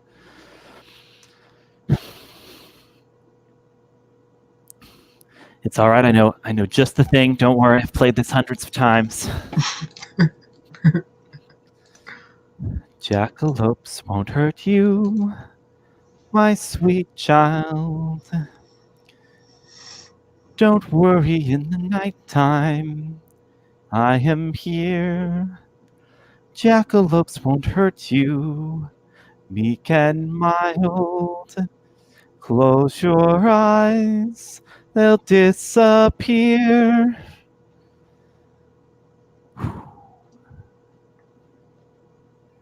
That's 2 1s, baby. Okay, I think as you sing this song, there's a moment where you don't have to be the one who keeps singing it, because somehow the sleepers themselves have joined in, and it's not as upsetting as that sounds. But I think what occurs to both of you is that what would be a good idea to do right this second is dance, like with each other, to the song. Okay. And that where your hands touch each other, each of you is able to remove the nightmare filth from the other person's garments and face, but you can't kind of get it off yourself. So little by little, you guys are able to help the other one work free. By the time the song comes to an end, Ruben, what is the markings on your hands from playing through those boils? I think I've just got kind of like, deep white scars on my fingertips from the strings of my guitar. All right. Are you guys going to press on here? Shall we? How do we get off this thing anyway? Well, the legends say if we can reach the car with the song in it, we can uncouple the engine from the train and make our way free. I don't know what that means when we're driving over the pit, but Blind Maggie is usually never wrong about these things. The only way out is through. And she sort of pulls herself together, and just for flavor, since we've suffered physical injuries, taking strips from one of the mini skirts to make makeshift bandages or something. Oh yeah. It's easy to do that with the various blades and weapons you have in your skirt, to tear a little bit of skirt off to bandage each other up. Unclear how much they're helping given the nature of the scars, but Ruben's definitely got just like a little bandage around each of his fingers.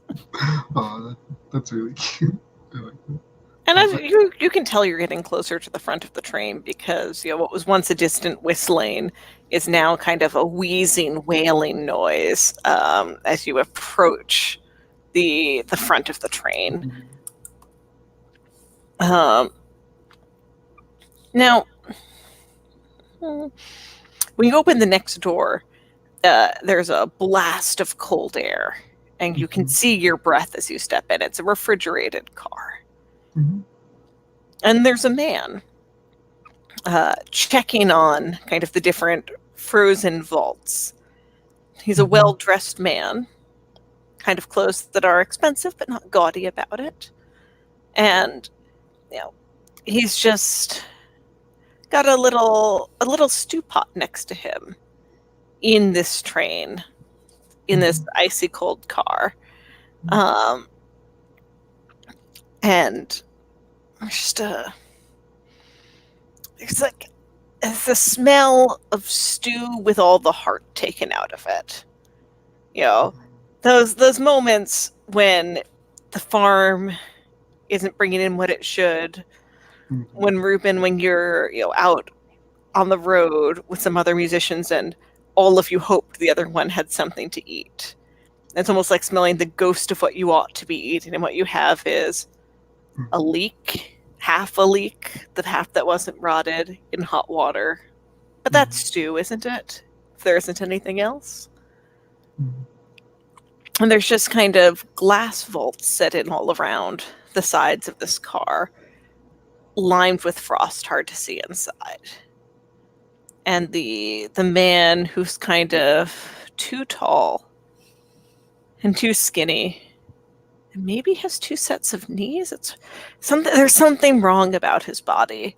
Kind of stands all the way up, looming over you both, and says, "Haven't you gone to a lot of trouble for nothing at all?" Are you the conductor? I'm in charge of this train. And it doesn't seem to me like either of you has a ticket. But that can be easily remedied. There's only one way to board this train legitimately. I think you each feel like a twisting in your stomach and a weakness in your arms, as though the very vitality is being leached out of you. What do you do?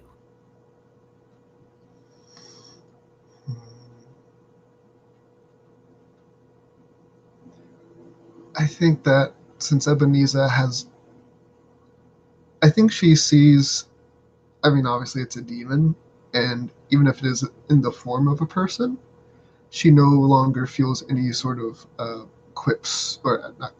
qualms about using violence or force.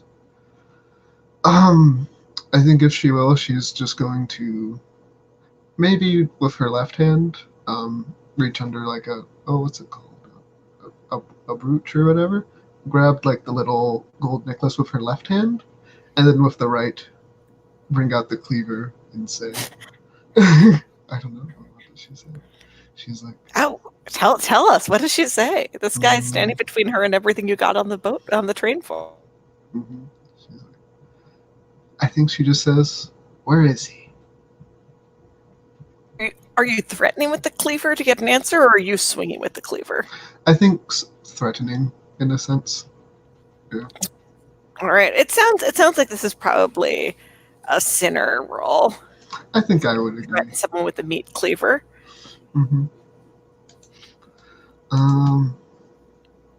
Is it grit for a small old farm widow to try to intimidate an 8-foot-tall man with extra knees? I'm not sure. Possibly. I would also buy that it's your love motivation as you're trying to find your husband and holding on to this cross. So okay. Either way, you can decide which is giving you that extra dice. But I think either is a plausible route here. I think. I don't want to metagame. Did you say that we think we're nearing the end of the train, or that this is? I'm saying you're close to the engine. Close to the engine. Okay.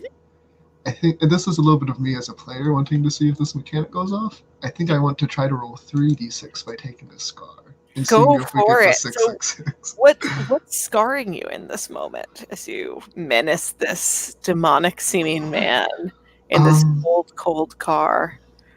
amid the smell of thin soup. Mm-hmm. What did you say that there were frozen vaults? Yeah, there's In the kind of car. little glass casements. Mm-hmm. Hard to see what's inside. Mm-hmm. For a physical thing, it could just be as she grips the cleaver, this hellish fury cleaver that I imagine the handle to be particularly brutish and made of have spikes or something. She could simply be gripping it so hard that her poor hands, that it hurts her hands. Or if you like, I don't know what you intend for there to be in the vaults. She could see, even just from the top of his head, white hair slicked back, like in a morgue, the top of Jasper's head. Let's hang back on Jasper for a second. I think Okay, what you're yeah. going to find as a scar here Mm-hmm. is that as you lift this hell cleaver in violence, and tell me if this works for you, Mm-hmm. it feels like it's becoming part of your hand, and it's going to Mm-hmm. damage your hand to take it out of your grasp. That sounds good. That sounds like a good scar. All right, raise that cleaver in a murderous way. I'll get rid of these two. Then let's roll 3d6. Let's not go. Okay. 3, 3, 4. And I'm assuming that was a sinner roll. Mm-hmm. Yep, definitely a center roll. So go ahead and bump center up. Wow, that just barely worked. And so that's a tie. So it's a complicated success. So I think you definitely have the sense as you heft and swing the cleaver that this cleaver isn't going to come out of your hand without help now. Probably a bit of your hand is going to go with it. Okay. The figure kind of dances out of your way. But he does say, there's plenty of room for one more dead body. And now's when you get to see Jasper. But, there's just an empty space next to him as the figure kind of passes his long fingers, smearing the rime of ice over the window. And you just feel a strong pull of like, yes, this is what I've come here for. And before you can think about it, you're starting to move towards that narrow little cot, saying, I'll just lie down here. This is where I should be. Reuben, Ebenezer is going to be heading towards Jasper, fixing to take herself a long, long rest. What do you do? I think I'm going to do another flashback. Oh boy, go for it. Yeah, I think it's a flashback here. We see kind of Reuben on the road. At first, he's like walking, jauntily with like a full like knapsack dangling over his shoulder, whistling a tune, and then like, we see kind of dustier Reuben, clothes a little more ragged, knapsack, nothing but a handkerchief on a stick, as his whistling is kind of like faint and kind of hungry. Comes to a farmstead, and kind of he leans against a post, and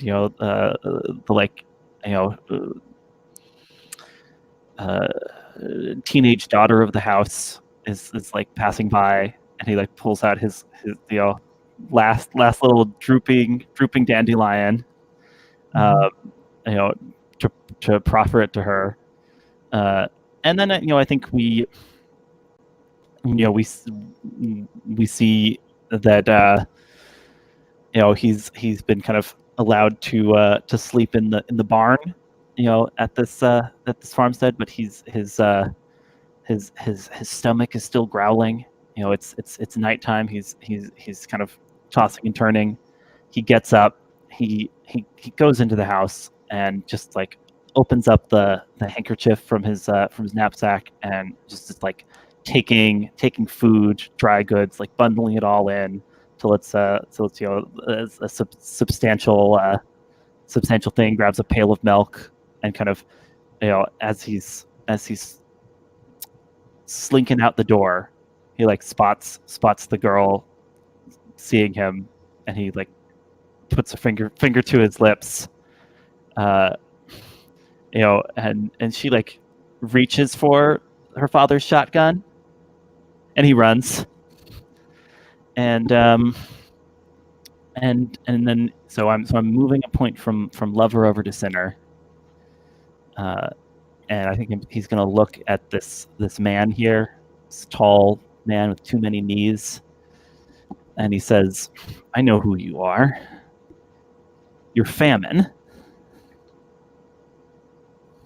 And the conductor says, "Well, we've been keeping company for some time."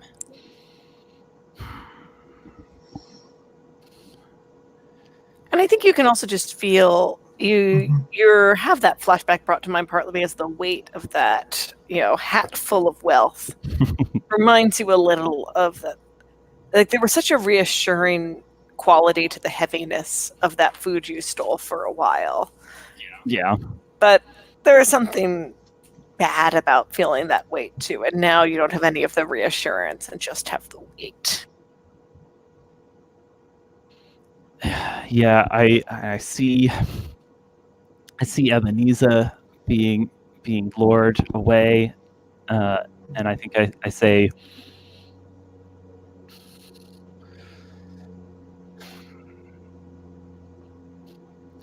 I'd try playing you a song, but I think I've come to understand that you don't really care for music. As I'll just instead try to club him in the head with my hat full of coins and watches gleaned from the damned. Wow. All right. And one dice, or are you making a pitch for two? Because I'm not sure endangering your ill-gotten wealth here is playing into greed particularly. Interesting. Yeah, I mean, I'm playing with it thematically, but it's not. It may not count. Then I'm happy to roll one dice. That's now 50-50 odds because I've got lover and sinner both at 3. Okay, taking a swing at Famine. 3. Yeah, so I think as you take that swing, where are you swinging for on him? Trying to hit him in the head. Yeah, so you connect with his head, and kind of your hat flies open. He goes, reeling back and kind of knocks into you, Ebenezer, giving you a little more freedom from that compulsion to take a next action here. But Fiddler Man, as you do that, your hat just flies open, and all that gold doesn't want to be away from you. You don't want to be away from it, and it just kind of snakes along your arm until one of your hands is crusted thick with watches and rings. You can barely move that finger, so you better be ready to fiddle one-handed, musician. Ebenezer, you kind of come to yourself, just almost just out of reach of Jasper here. You know you were about to get in and lie down. You wouldn't have to make any more choices after that. But is there any other choice you'd like to make right now? Yes, actually. that would be funny if it was like, oh no, I'm just gonna have the character be done. No. And Ruben, make sure you shifted your stats for that success. Oh right, it's a success. I think that when she hears Ruben call the figure Famine, she thinks back on her. Actually, this is a flashback, honestly. I think I am going to make a descent flashback, if that's okay. You can do that. I'm just going to warn you that that's going to move your sinner up to 5. And if you succeed when rolling sinner at 5, it's going to push it to 6, which is the end condition there. As a question about the end condition, I guess I pictured that as not like the character is immediately bound to the train, but more that the end of their story becomes set, I guess. Usually if you're you hit your max for lover or sinner. I'll just read you the description for the max out sinner status here. If your sinner stat ever reaches 6, you are damned. The train claims you for the long ride to Dis, so you can't really do any more stat shifting, which limits your ability to make any more rolls. Okay. So I think if you hit 6, you should think of that as, not just kind of determining the end of the story with more game in between, but really being your last moment of making choices on the train. It like the character's like personhood. Okay, I get that now. Thank you. Okay, in that case, I don't think I will narrate. That's why I wanted to give you the word. Yeah. I didn't know how hard you're playing there.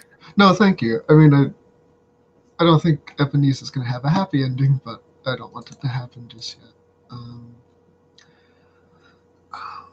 Yeah, I think as she snaps out of the trance, like she looks longingly at Jasper, and then looks at Reuben with the jewel encrusted finger and thinks that. I'm sorry, I just saw a message in the chat. And still gripping the little cross necklace, she thinks of the stories of bounty. Is everyone okay with like me talking about Christianity for a little bit? Like I'm not going to evangelize. But, yeah, that's fine. She thinks of the contrast between the bleak like meanness of her existence, trying to scrape by food with unseasonable hail and dust storms, and the bounties that her father or the preacher had read about her. And she sees this difference as famine, and I think she's going to act with brutality and just attempt to injure the figure. Yeah, what are you trying to use to injure him? Your own brute strength, the necklace you have, or anything else? I think the cleaver hand, or maybe even like since she recognizes this as a demon, she could even like tie that through a hole in the cleaver. They always have the hole for you to hang on a hook or something. But yeah, I think she's just trying to destroy this figure in front of her.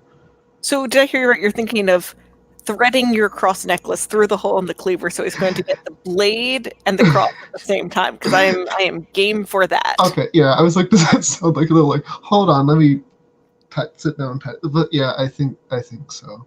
And I think on the back of the cross, you mentioned they couldn't afford engraving. I think scratched onto it with a nail is just like "I love you," like presumably written from Jasper. So. Nice. All right, that sounds like a sinner roll, and does. I'm sorry. So that's at least one die. And what, if anything, would be a second die for you here if you want to explain how one of your motivations or backstory or scar is coming into play?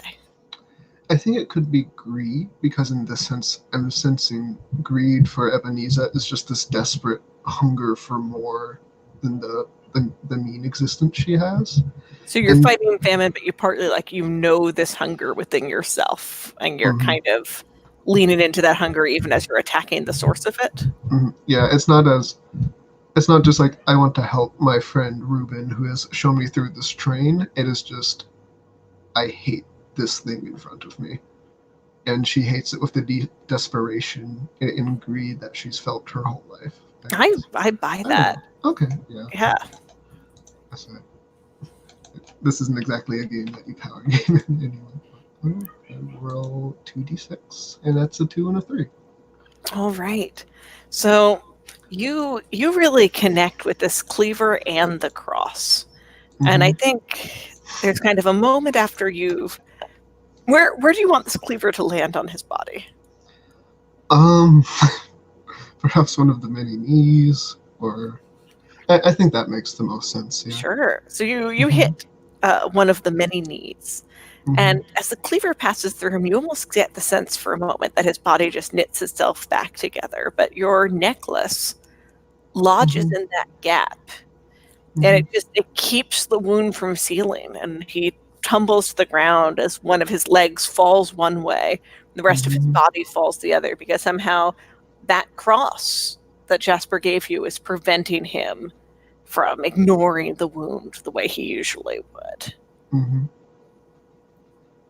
So he's scrabbling on the ground and headed towards his cook pot. Ooh. I want to just kick the cook pot over. Yeah, I think that's something you can beat him to it. Try and beat him to it to do that. What spirit are you kicking this cook pot over in? Ooh,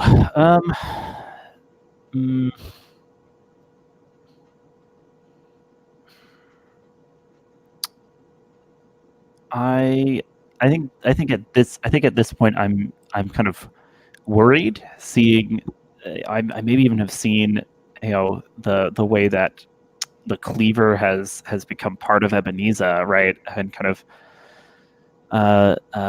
don't want to lose this this poor widow I brought on board this hell train.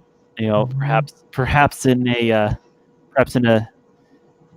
a selfish mode, but I'm going to try to redeem myself by keeping famine from getting at her anymore. So that's the stew pot he's reaching for.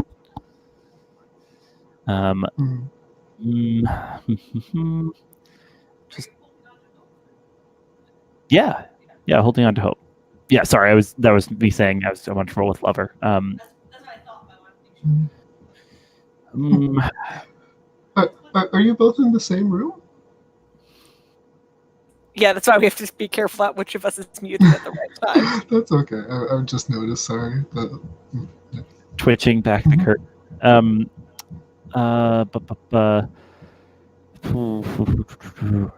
I don't know if I want fast playing or fast talking to help, but it's hard because it's just fast feet here. Maybe fast talking could come in if you're in some way going to distract or get Famine's attention off what he's doing with some flim flam talking, but I don't think it just carries over to your feet. I think. Well, here's an idea. I think I'm humming a tune to myself, like just the speediest dance tune I know, in order to just kind of scamper my way over. Maybe even like throw in like one of those kick steps where you kind of jump and bring your feet together in time with my own music, because this is just the way I have motivated myself to beat feet when I've needed to, make a quick exit out of town at any other point in my life. I'll give it to you, in part because perhaps a toe tapping tune does disadvantage a man who only now has one foot, but still two knees. All right, humming a tune, scampering across, and just kicking that stew pot down. 2d6. Sorry. Oh no. Hang on. What's my lever? Yep. Big failure. I rolled 2 4s, and I've got a 2 in lever right now. All right. So you kick over that stew pot, and out of the steam steps the first woman you conned. You wish you could remember her name. It feels bad to be confronting a woman here at the edge of hell and not quite remember what her name was. Velma. Rose. Barbara. And she reaches out to you and says, this has had its home here for a long time. And you feel your heart just icy cold. Was it always that way? You only just notice now. Then it starts like thumping quickly, joyfully, like it's found where it's always really belonged, in this place of thoughtless need and cold shouldering. Just about it's gonna bounce right out of your chest and into her hands. So you actually you can both see that kind of the raggedy shirt or whatever you've got on is kind of parting itself obediently, and now it looks like a little red line tracing itself down, making room for your heart to come right out of its chest and find its way here into an icy vault. Ebenezer, what are you going to do for this sad sack fiddler rake? I'm sorry, I had a little trouble. What's the scene? So he's I'm kicked sorry. over the stew pot extremely unsuccessful, and it's spilled out the ghost of the first woman he's ever seduced, who has come to lay his icy heart to rest here in this train. And it looks like his heart is fixing to just come right out obediently when she calls. Okay. And is Famine just still crawling about? I'll say Famine is kind of using the wall to heave himself up on his one leg. Okay. So it's a ghost. It isn't. I guess it's a trapped soul. I don't. I think. I mean, I guess this would also be like the move, but it might also be sacrifice. What are you thinking about doing? I'm thinking about somehow trying to consume the small golden cross to banish the spirit. I mean, I think her thing is that it's like very like this is all happening in like seconds, you know. And I think she might just, I don't tackle the ghost, I'm not sure, or like taking the cross or holding it forward, recite a verse or something that she remembers for banishing an evil spirit, or something like that. I mean, I think if you think you're going to lose your necklace as the result of doing this, you can make it a sacrifice where you'll move a point from sinner to lover. Okay. And then you can make a roll about doing the actual banishment. If you're committed to in some way giving up the cross, it will let you shift those stats. Is that what you'd like to do? I think so. I'm just trying to think of like a good fictional reason why she would think holding up the cross would do that. So that she's like consciously making the sacrifice.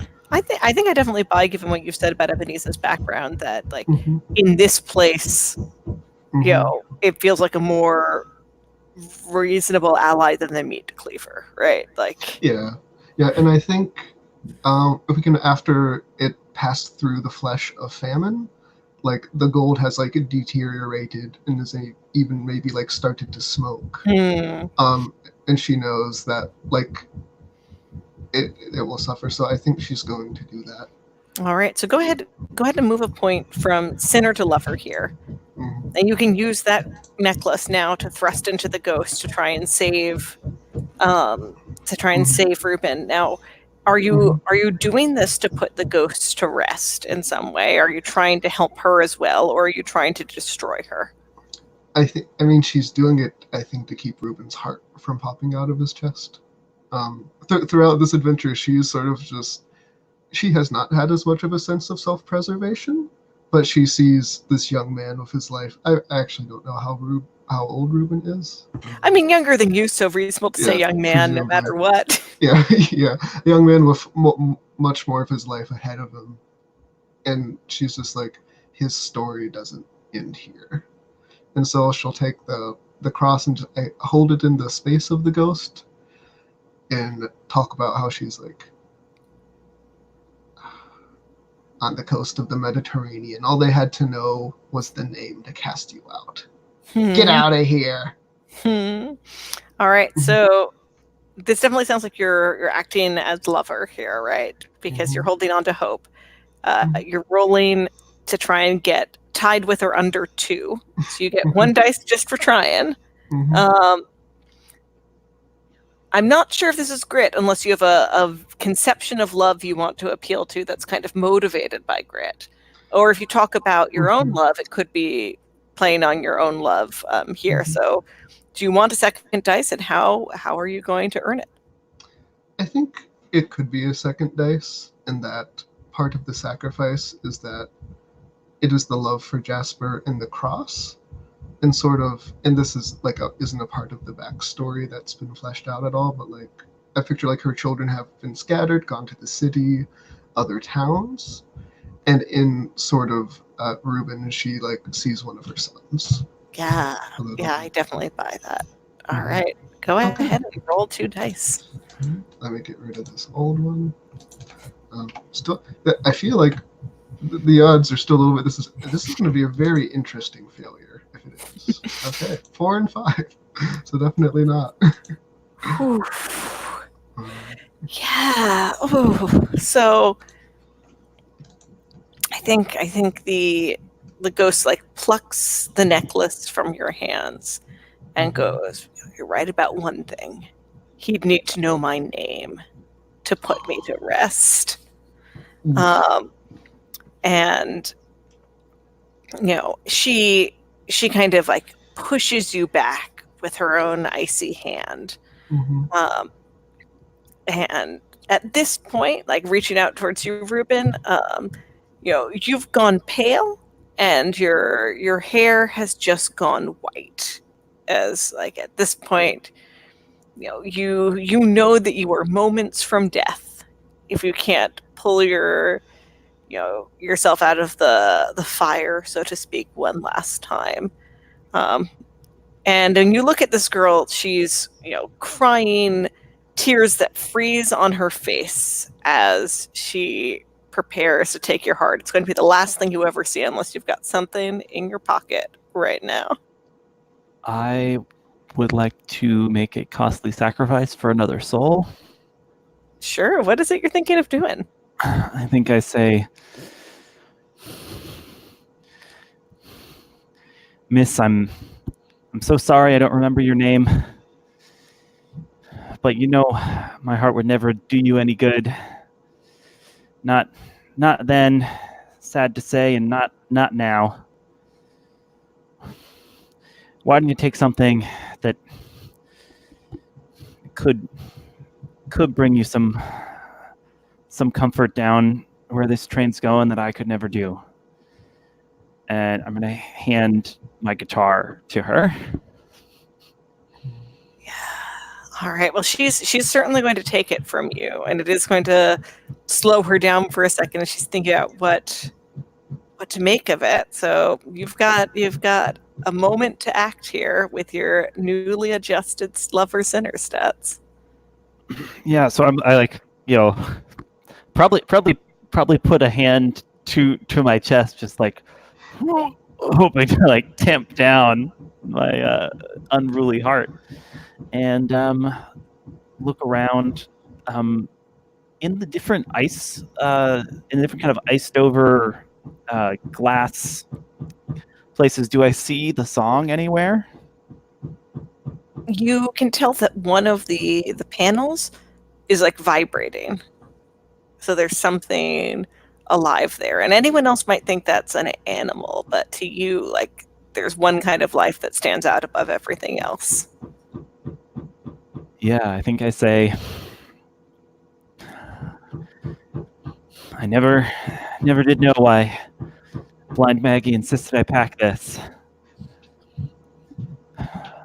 But there's one instrument you can play with no hands at all. And I guess that's how I got to free this song. And I pull a harmonica out of my jacket and just try to listen closely to that that captured song and try to play it out and set it free. Give it a go. So it sounds like holding on to hope to me. Tell me what else, if anything, you've got going for you. Prophecy. Blind Maggie told me to bring this harmonica. I thought that was maybe just a little bit of senility, but turns out she really could see more than any of us, or really hear more. And I'll take a scar here. Plausibly just the scar of that like opened up on my chest from my heart trying to escape. Does that work for you? Yeah, it works for me. I think you're locking in that that's not going to be a mark that leaves you if you ever get off this train. Yeah, I think so. All right, so I'm rolling with with Lover, rolling 3d6, and hoping to get under 3 on one of them. No! None of them! And also, Oh, no. like 2 6s on the board, so so close to that big 666. Oh, I was rooting for you there. But Oh no. that's not a hit. So Them's the breaks. I think that coldness in your chest is kind of spreading over your whole body. Your harmonica hand, as you start playing, just like drops nervelessly to your side. And you realize like you have just enough of a sense of the song trapped in there that you realize now that it can't be played solo. That this is a song that isn't just for you to perform. It needs to be at least a duet that you share with someone else. And this is never going to be just your song. But you're kind of crumpling to the ground. This famine kind of, reaches over for a fire poker and is limping his way back over and says, everyone's hungry for something, boy. Like you always want what you can't digest. That song is never going to come spilling out of your lips. And the world is never going to hear it. And he, like, limping over, kind of like uses his balance, his balancing stick to like knock your own legs out from under you. And the girl is now perched on your chest, pushing your head to the side so she doesn't have to look in your eyes as she does this. Ebenezer, Famine is back up. Reuben is on the ground, near paralyzed, with his vengeful ghost girl atop him. What do you want to do in this sad, sorry world? The days have not been kind to us today. I think Reuben's attention towards the compartment where the song was would have tipped Ebenezer off to its end there. It's not something she might have noticed. Yeah, no, you can definitely tell he was in some way reaching for it or aiming at it before he collapsed. I think that she knows that she herself cannot remove this ghost or fell this demon, and I think she's, pardon the pun, I think she's going to go for a Hail Mary and just attempt to shatter that ace door where the song is held. Oh yeah. So what are you going to use to shatter it? It's got to be the cleaver. Gotta be the cleaver. Yeah. All right. And are you holding on to hope here, despite it all? I think so. I think it looks like. I think she had a sense she might not come off this train, but she never meant for Reuben to be stuck there too. Yeah. All right. I think I guess it's got to be holding on to hope. Still not very good odds. All right. So that's going to give you one, and I'm inclined to say that the situation is so dire you get the grit dice just for doing anything at all. Yeah. No, that does make sense. I think. I suppose I could take the last scar too. I don't know. I have one left. If you take the last scar, this will be your last roll because it will mean giving up the fight yourself. I'm sorry. What was that? Oh, sure. I know the heart in your own apartment there is drowning it out. When you take 3 scars, you are broken. You refuse to fight anymore and leap from the train. So you can take that last scar in order to get the 3 dice on this roll, but it will mean that the next thing you do is throw yourself off the train in despair. Despair is not specified, just you refuse to fight anymore and leap from the train. Yeah, fair enough.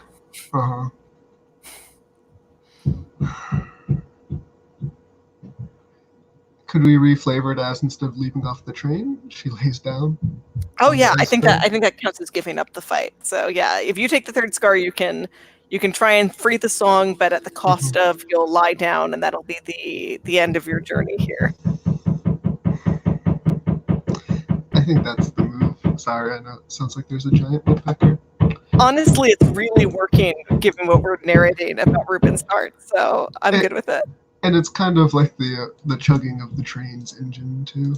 Yeah, we got hearts, we got trains, we got plenty of things that pound. All right, go ahead and throw those 3 dice on the table then. All right. Oh, I hit clear, but yes, I think I'm gonna do the 3 dice. And should we specify the scar first, or? Oh yeah, that would probably make the most sense. Perhaps with this strike, the cleaver is ripped from the hand, along with much of the hand, with the blow. And I both approve of that choice and don't need any more details on what it looks like. I don't want any more either. No, it's very gross. That's not something I normally think about. But I will roll those dice.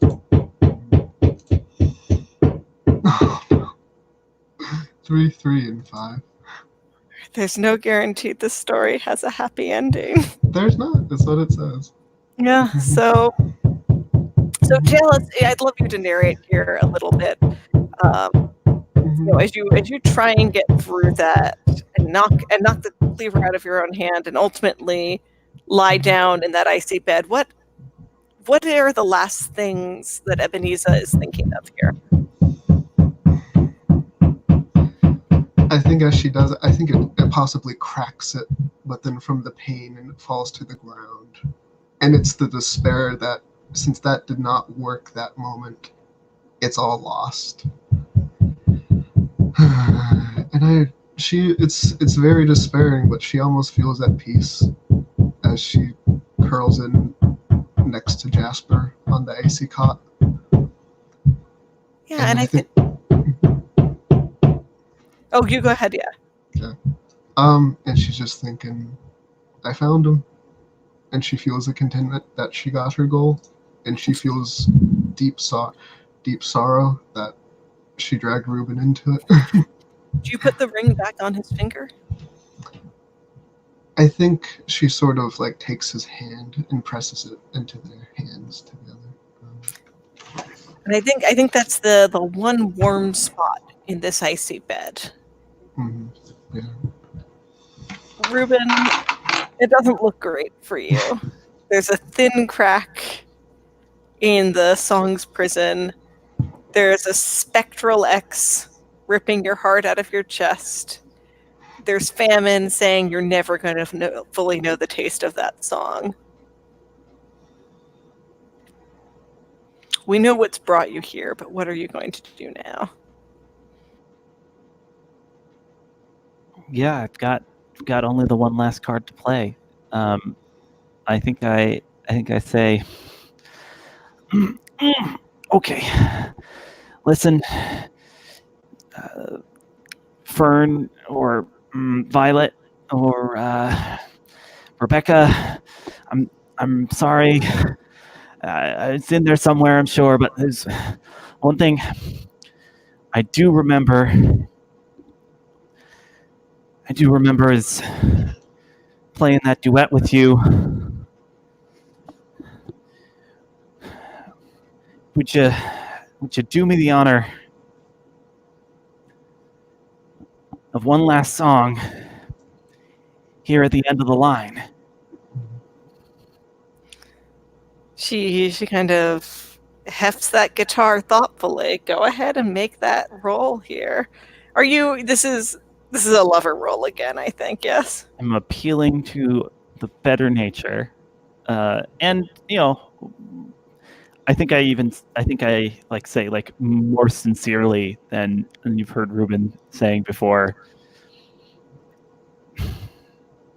I really am sorry about everything. All right. And I certainly think this is a 2 dice roll, given that that's either Fiddler or Prophecy, either one here. So. Yep. Rolling 2 dice, trying to get under lever. Also deciding if I should just take the 3rd scar, given where we are. If you do, you're definitely not getting out of here. If you don't, you might have a chance to walk away. Mm-hmm. Yeah, I mean, it depends on what out of here means, right? Mhm.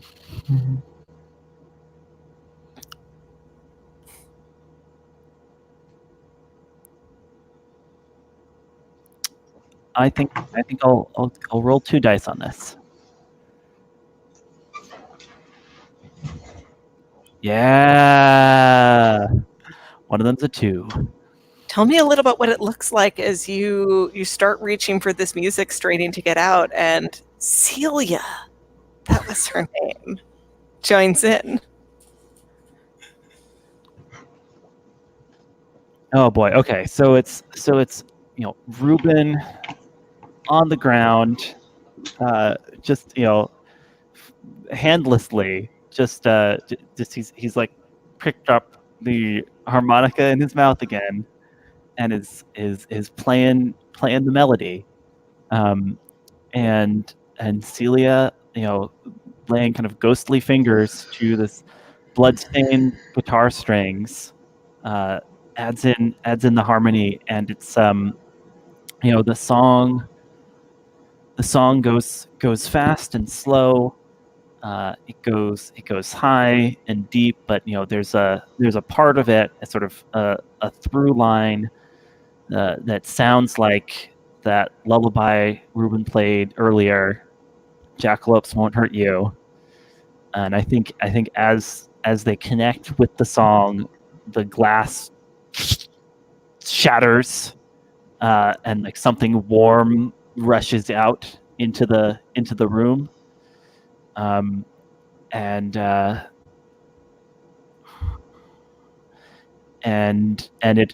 think it's not clear if he's really seeing it, or if this is just another dream of some sort. But kind of like as like Ruben's focused in on playing, and his vision's going blurry, he sees what looks like kind of gold and red feathers, kind of unfurling in the room from where the song has broken free.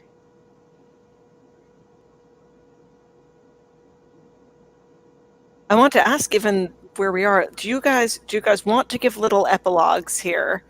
Because I think I can give you the option for the train to, led by the song, pull up to a platform somewhere, Ruben, if you'd like to get off, or leave it ambiguous. But either way, because of the sacrifice you've made, Ebenezer, I'm happy for you to kind of add some sign of benediction to Ruben's life. Mhm. Either way, so how much more of an ending do you guys want now that you've freed the song?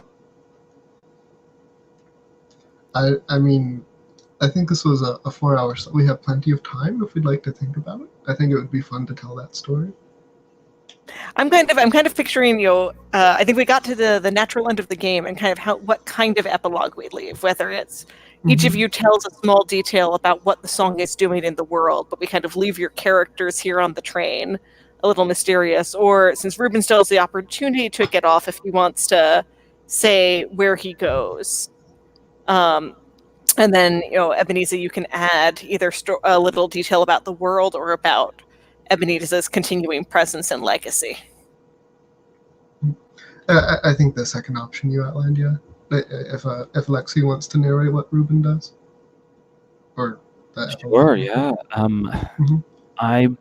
I wonder if maybe we see the train pull up, and it's kind of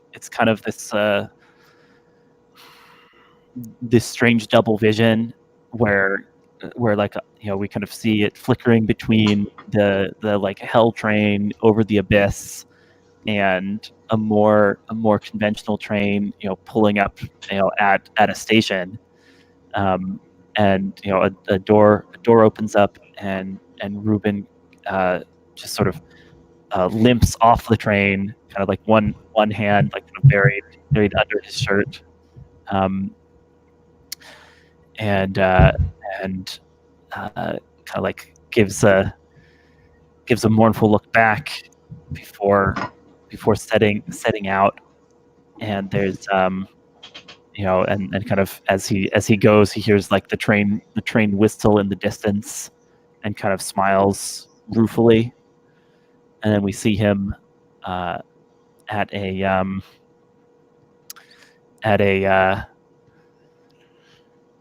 one of these saloons, just kind of sitting down to a piano, taking a breath.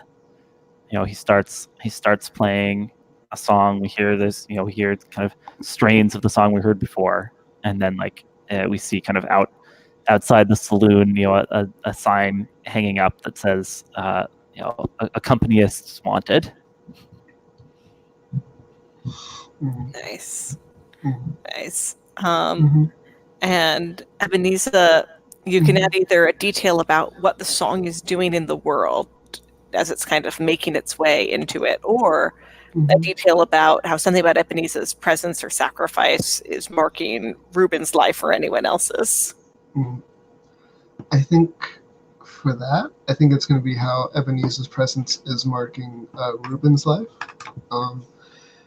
I think that next time, as he takes up the job as an accompanist and goes to pay for his next meal, he feels around his pockets for coins, and then feels something that is distinctly not a coin, and he pulls it out, and it is, though they both saw it consumed and sort of stolen by the ghost, the small golden necklace of the cross.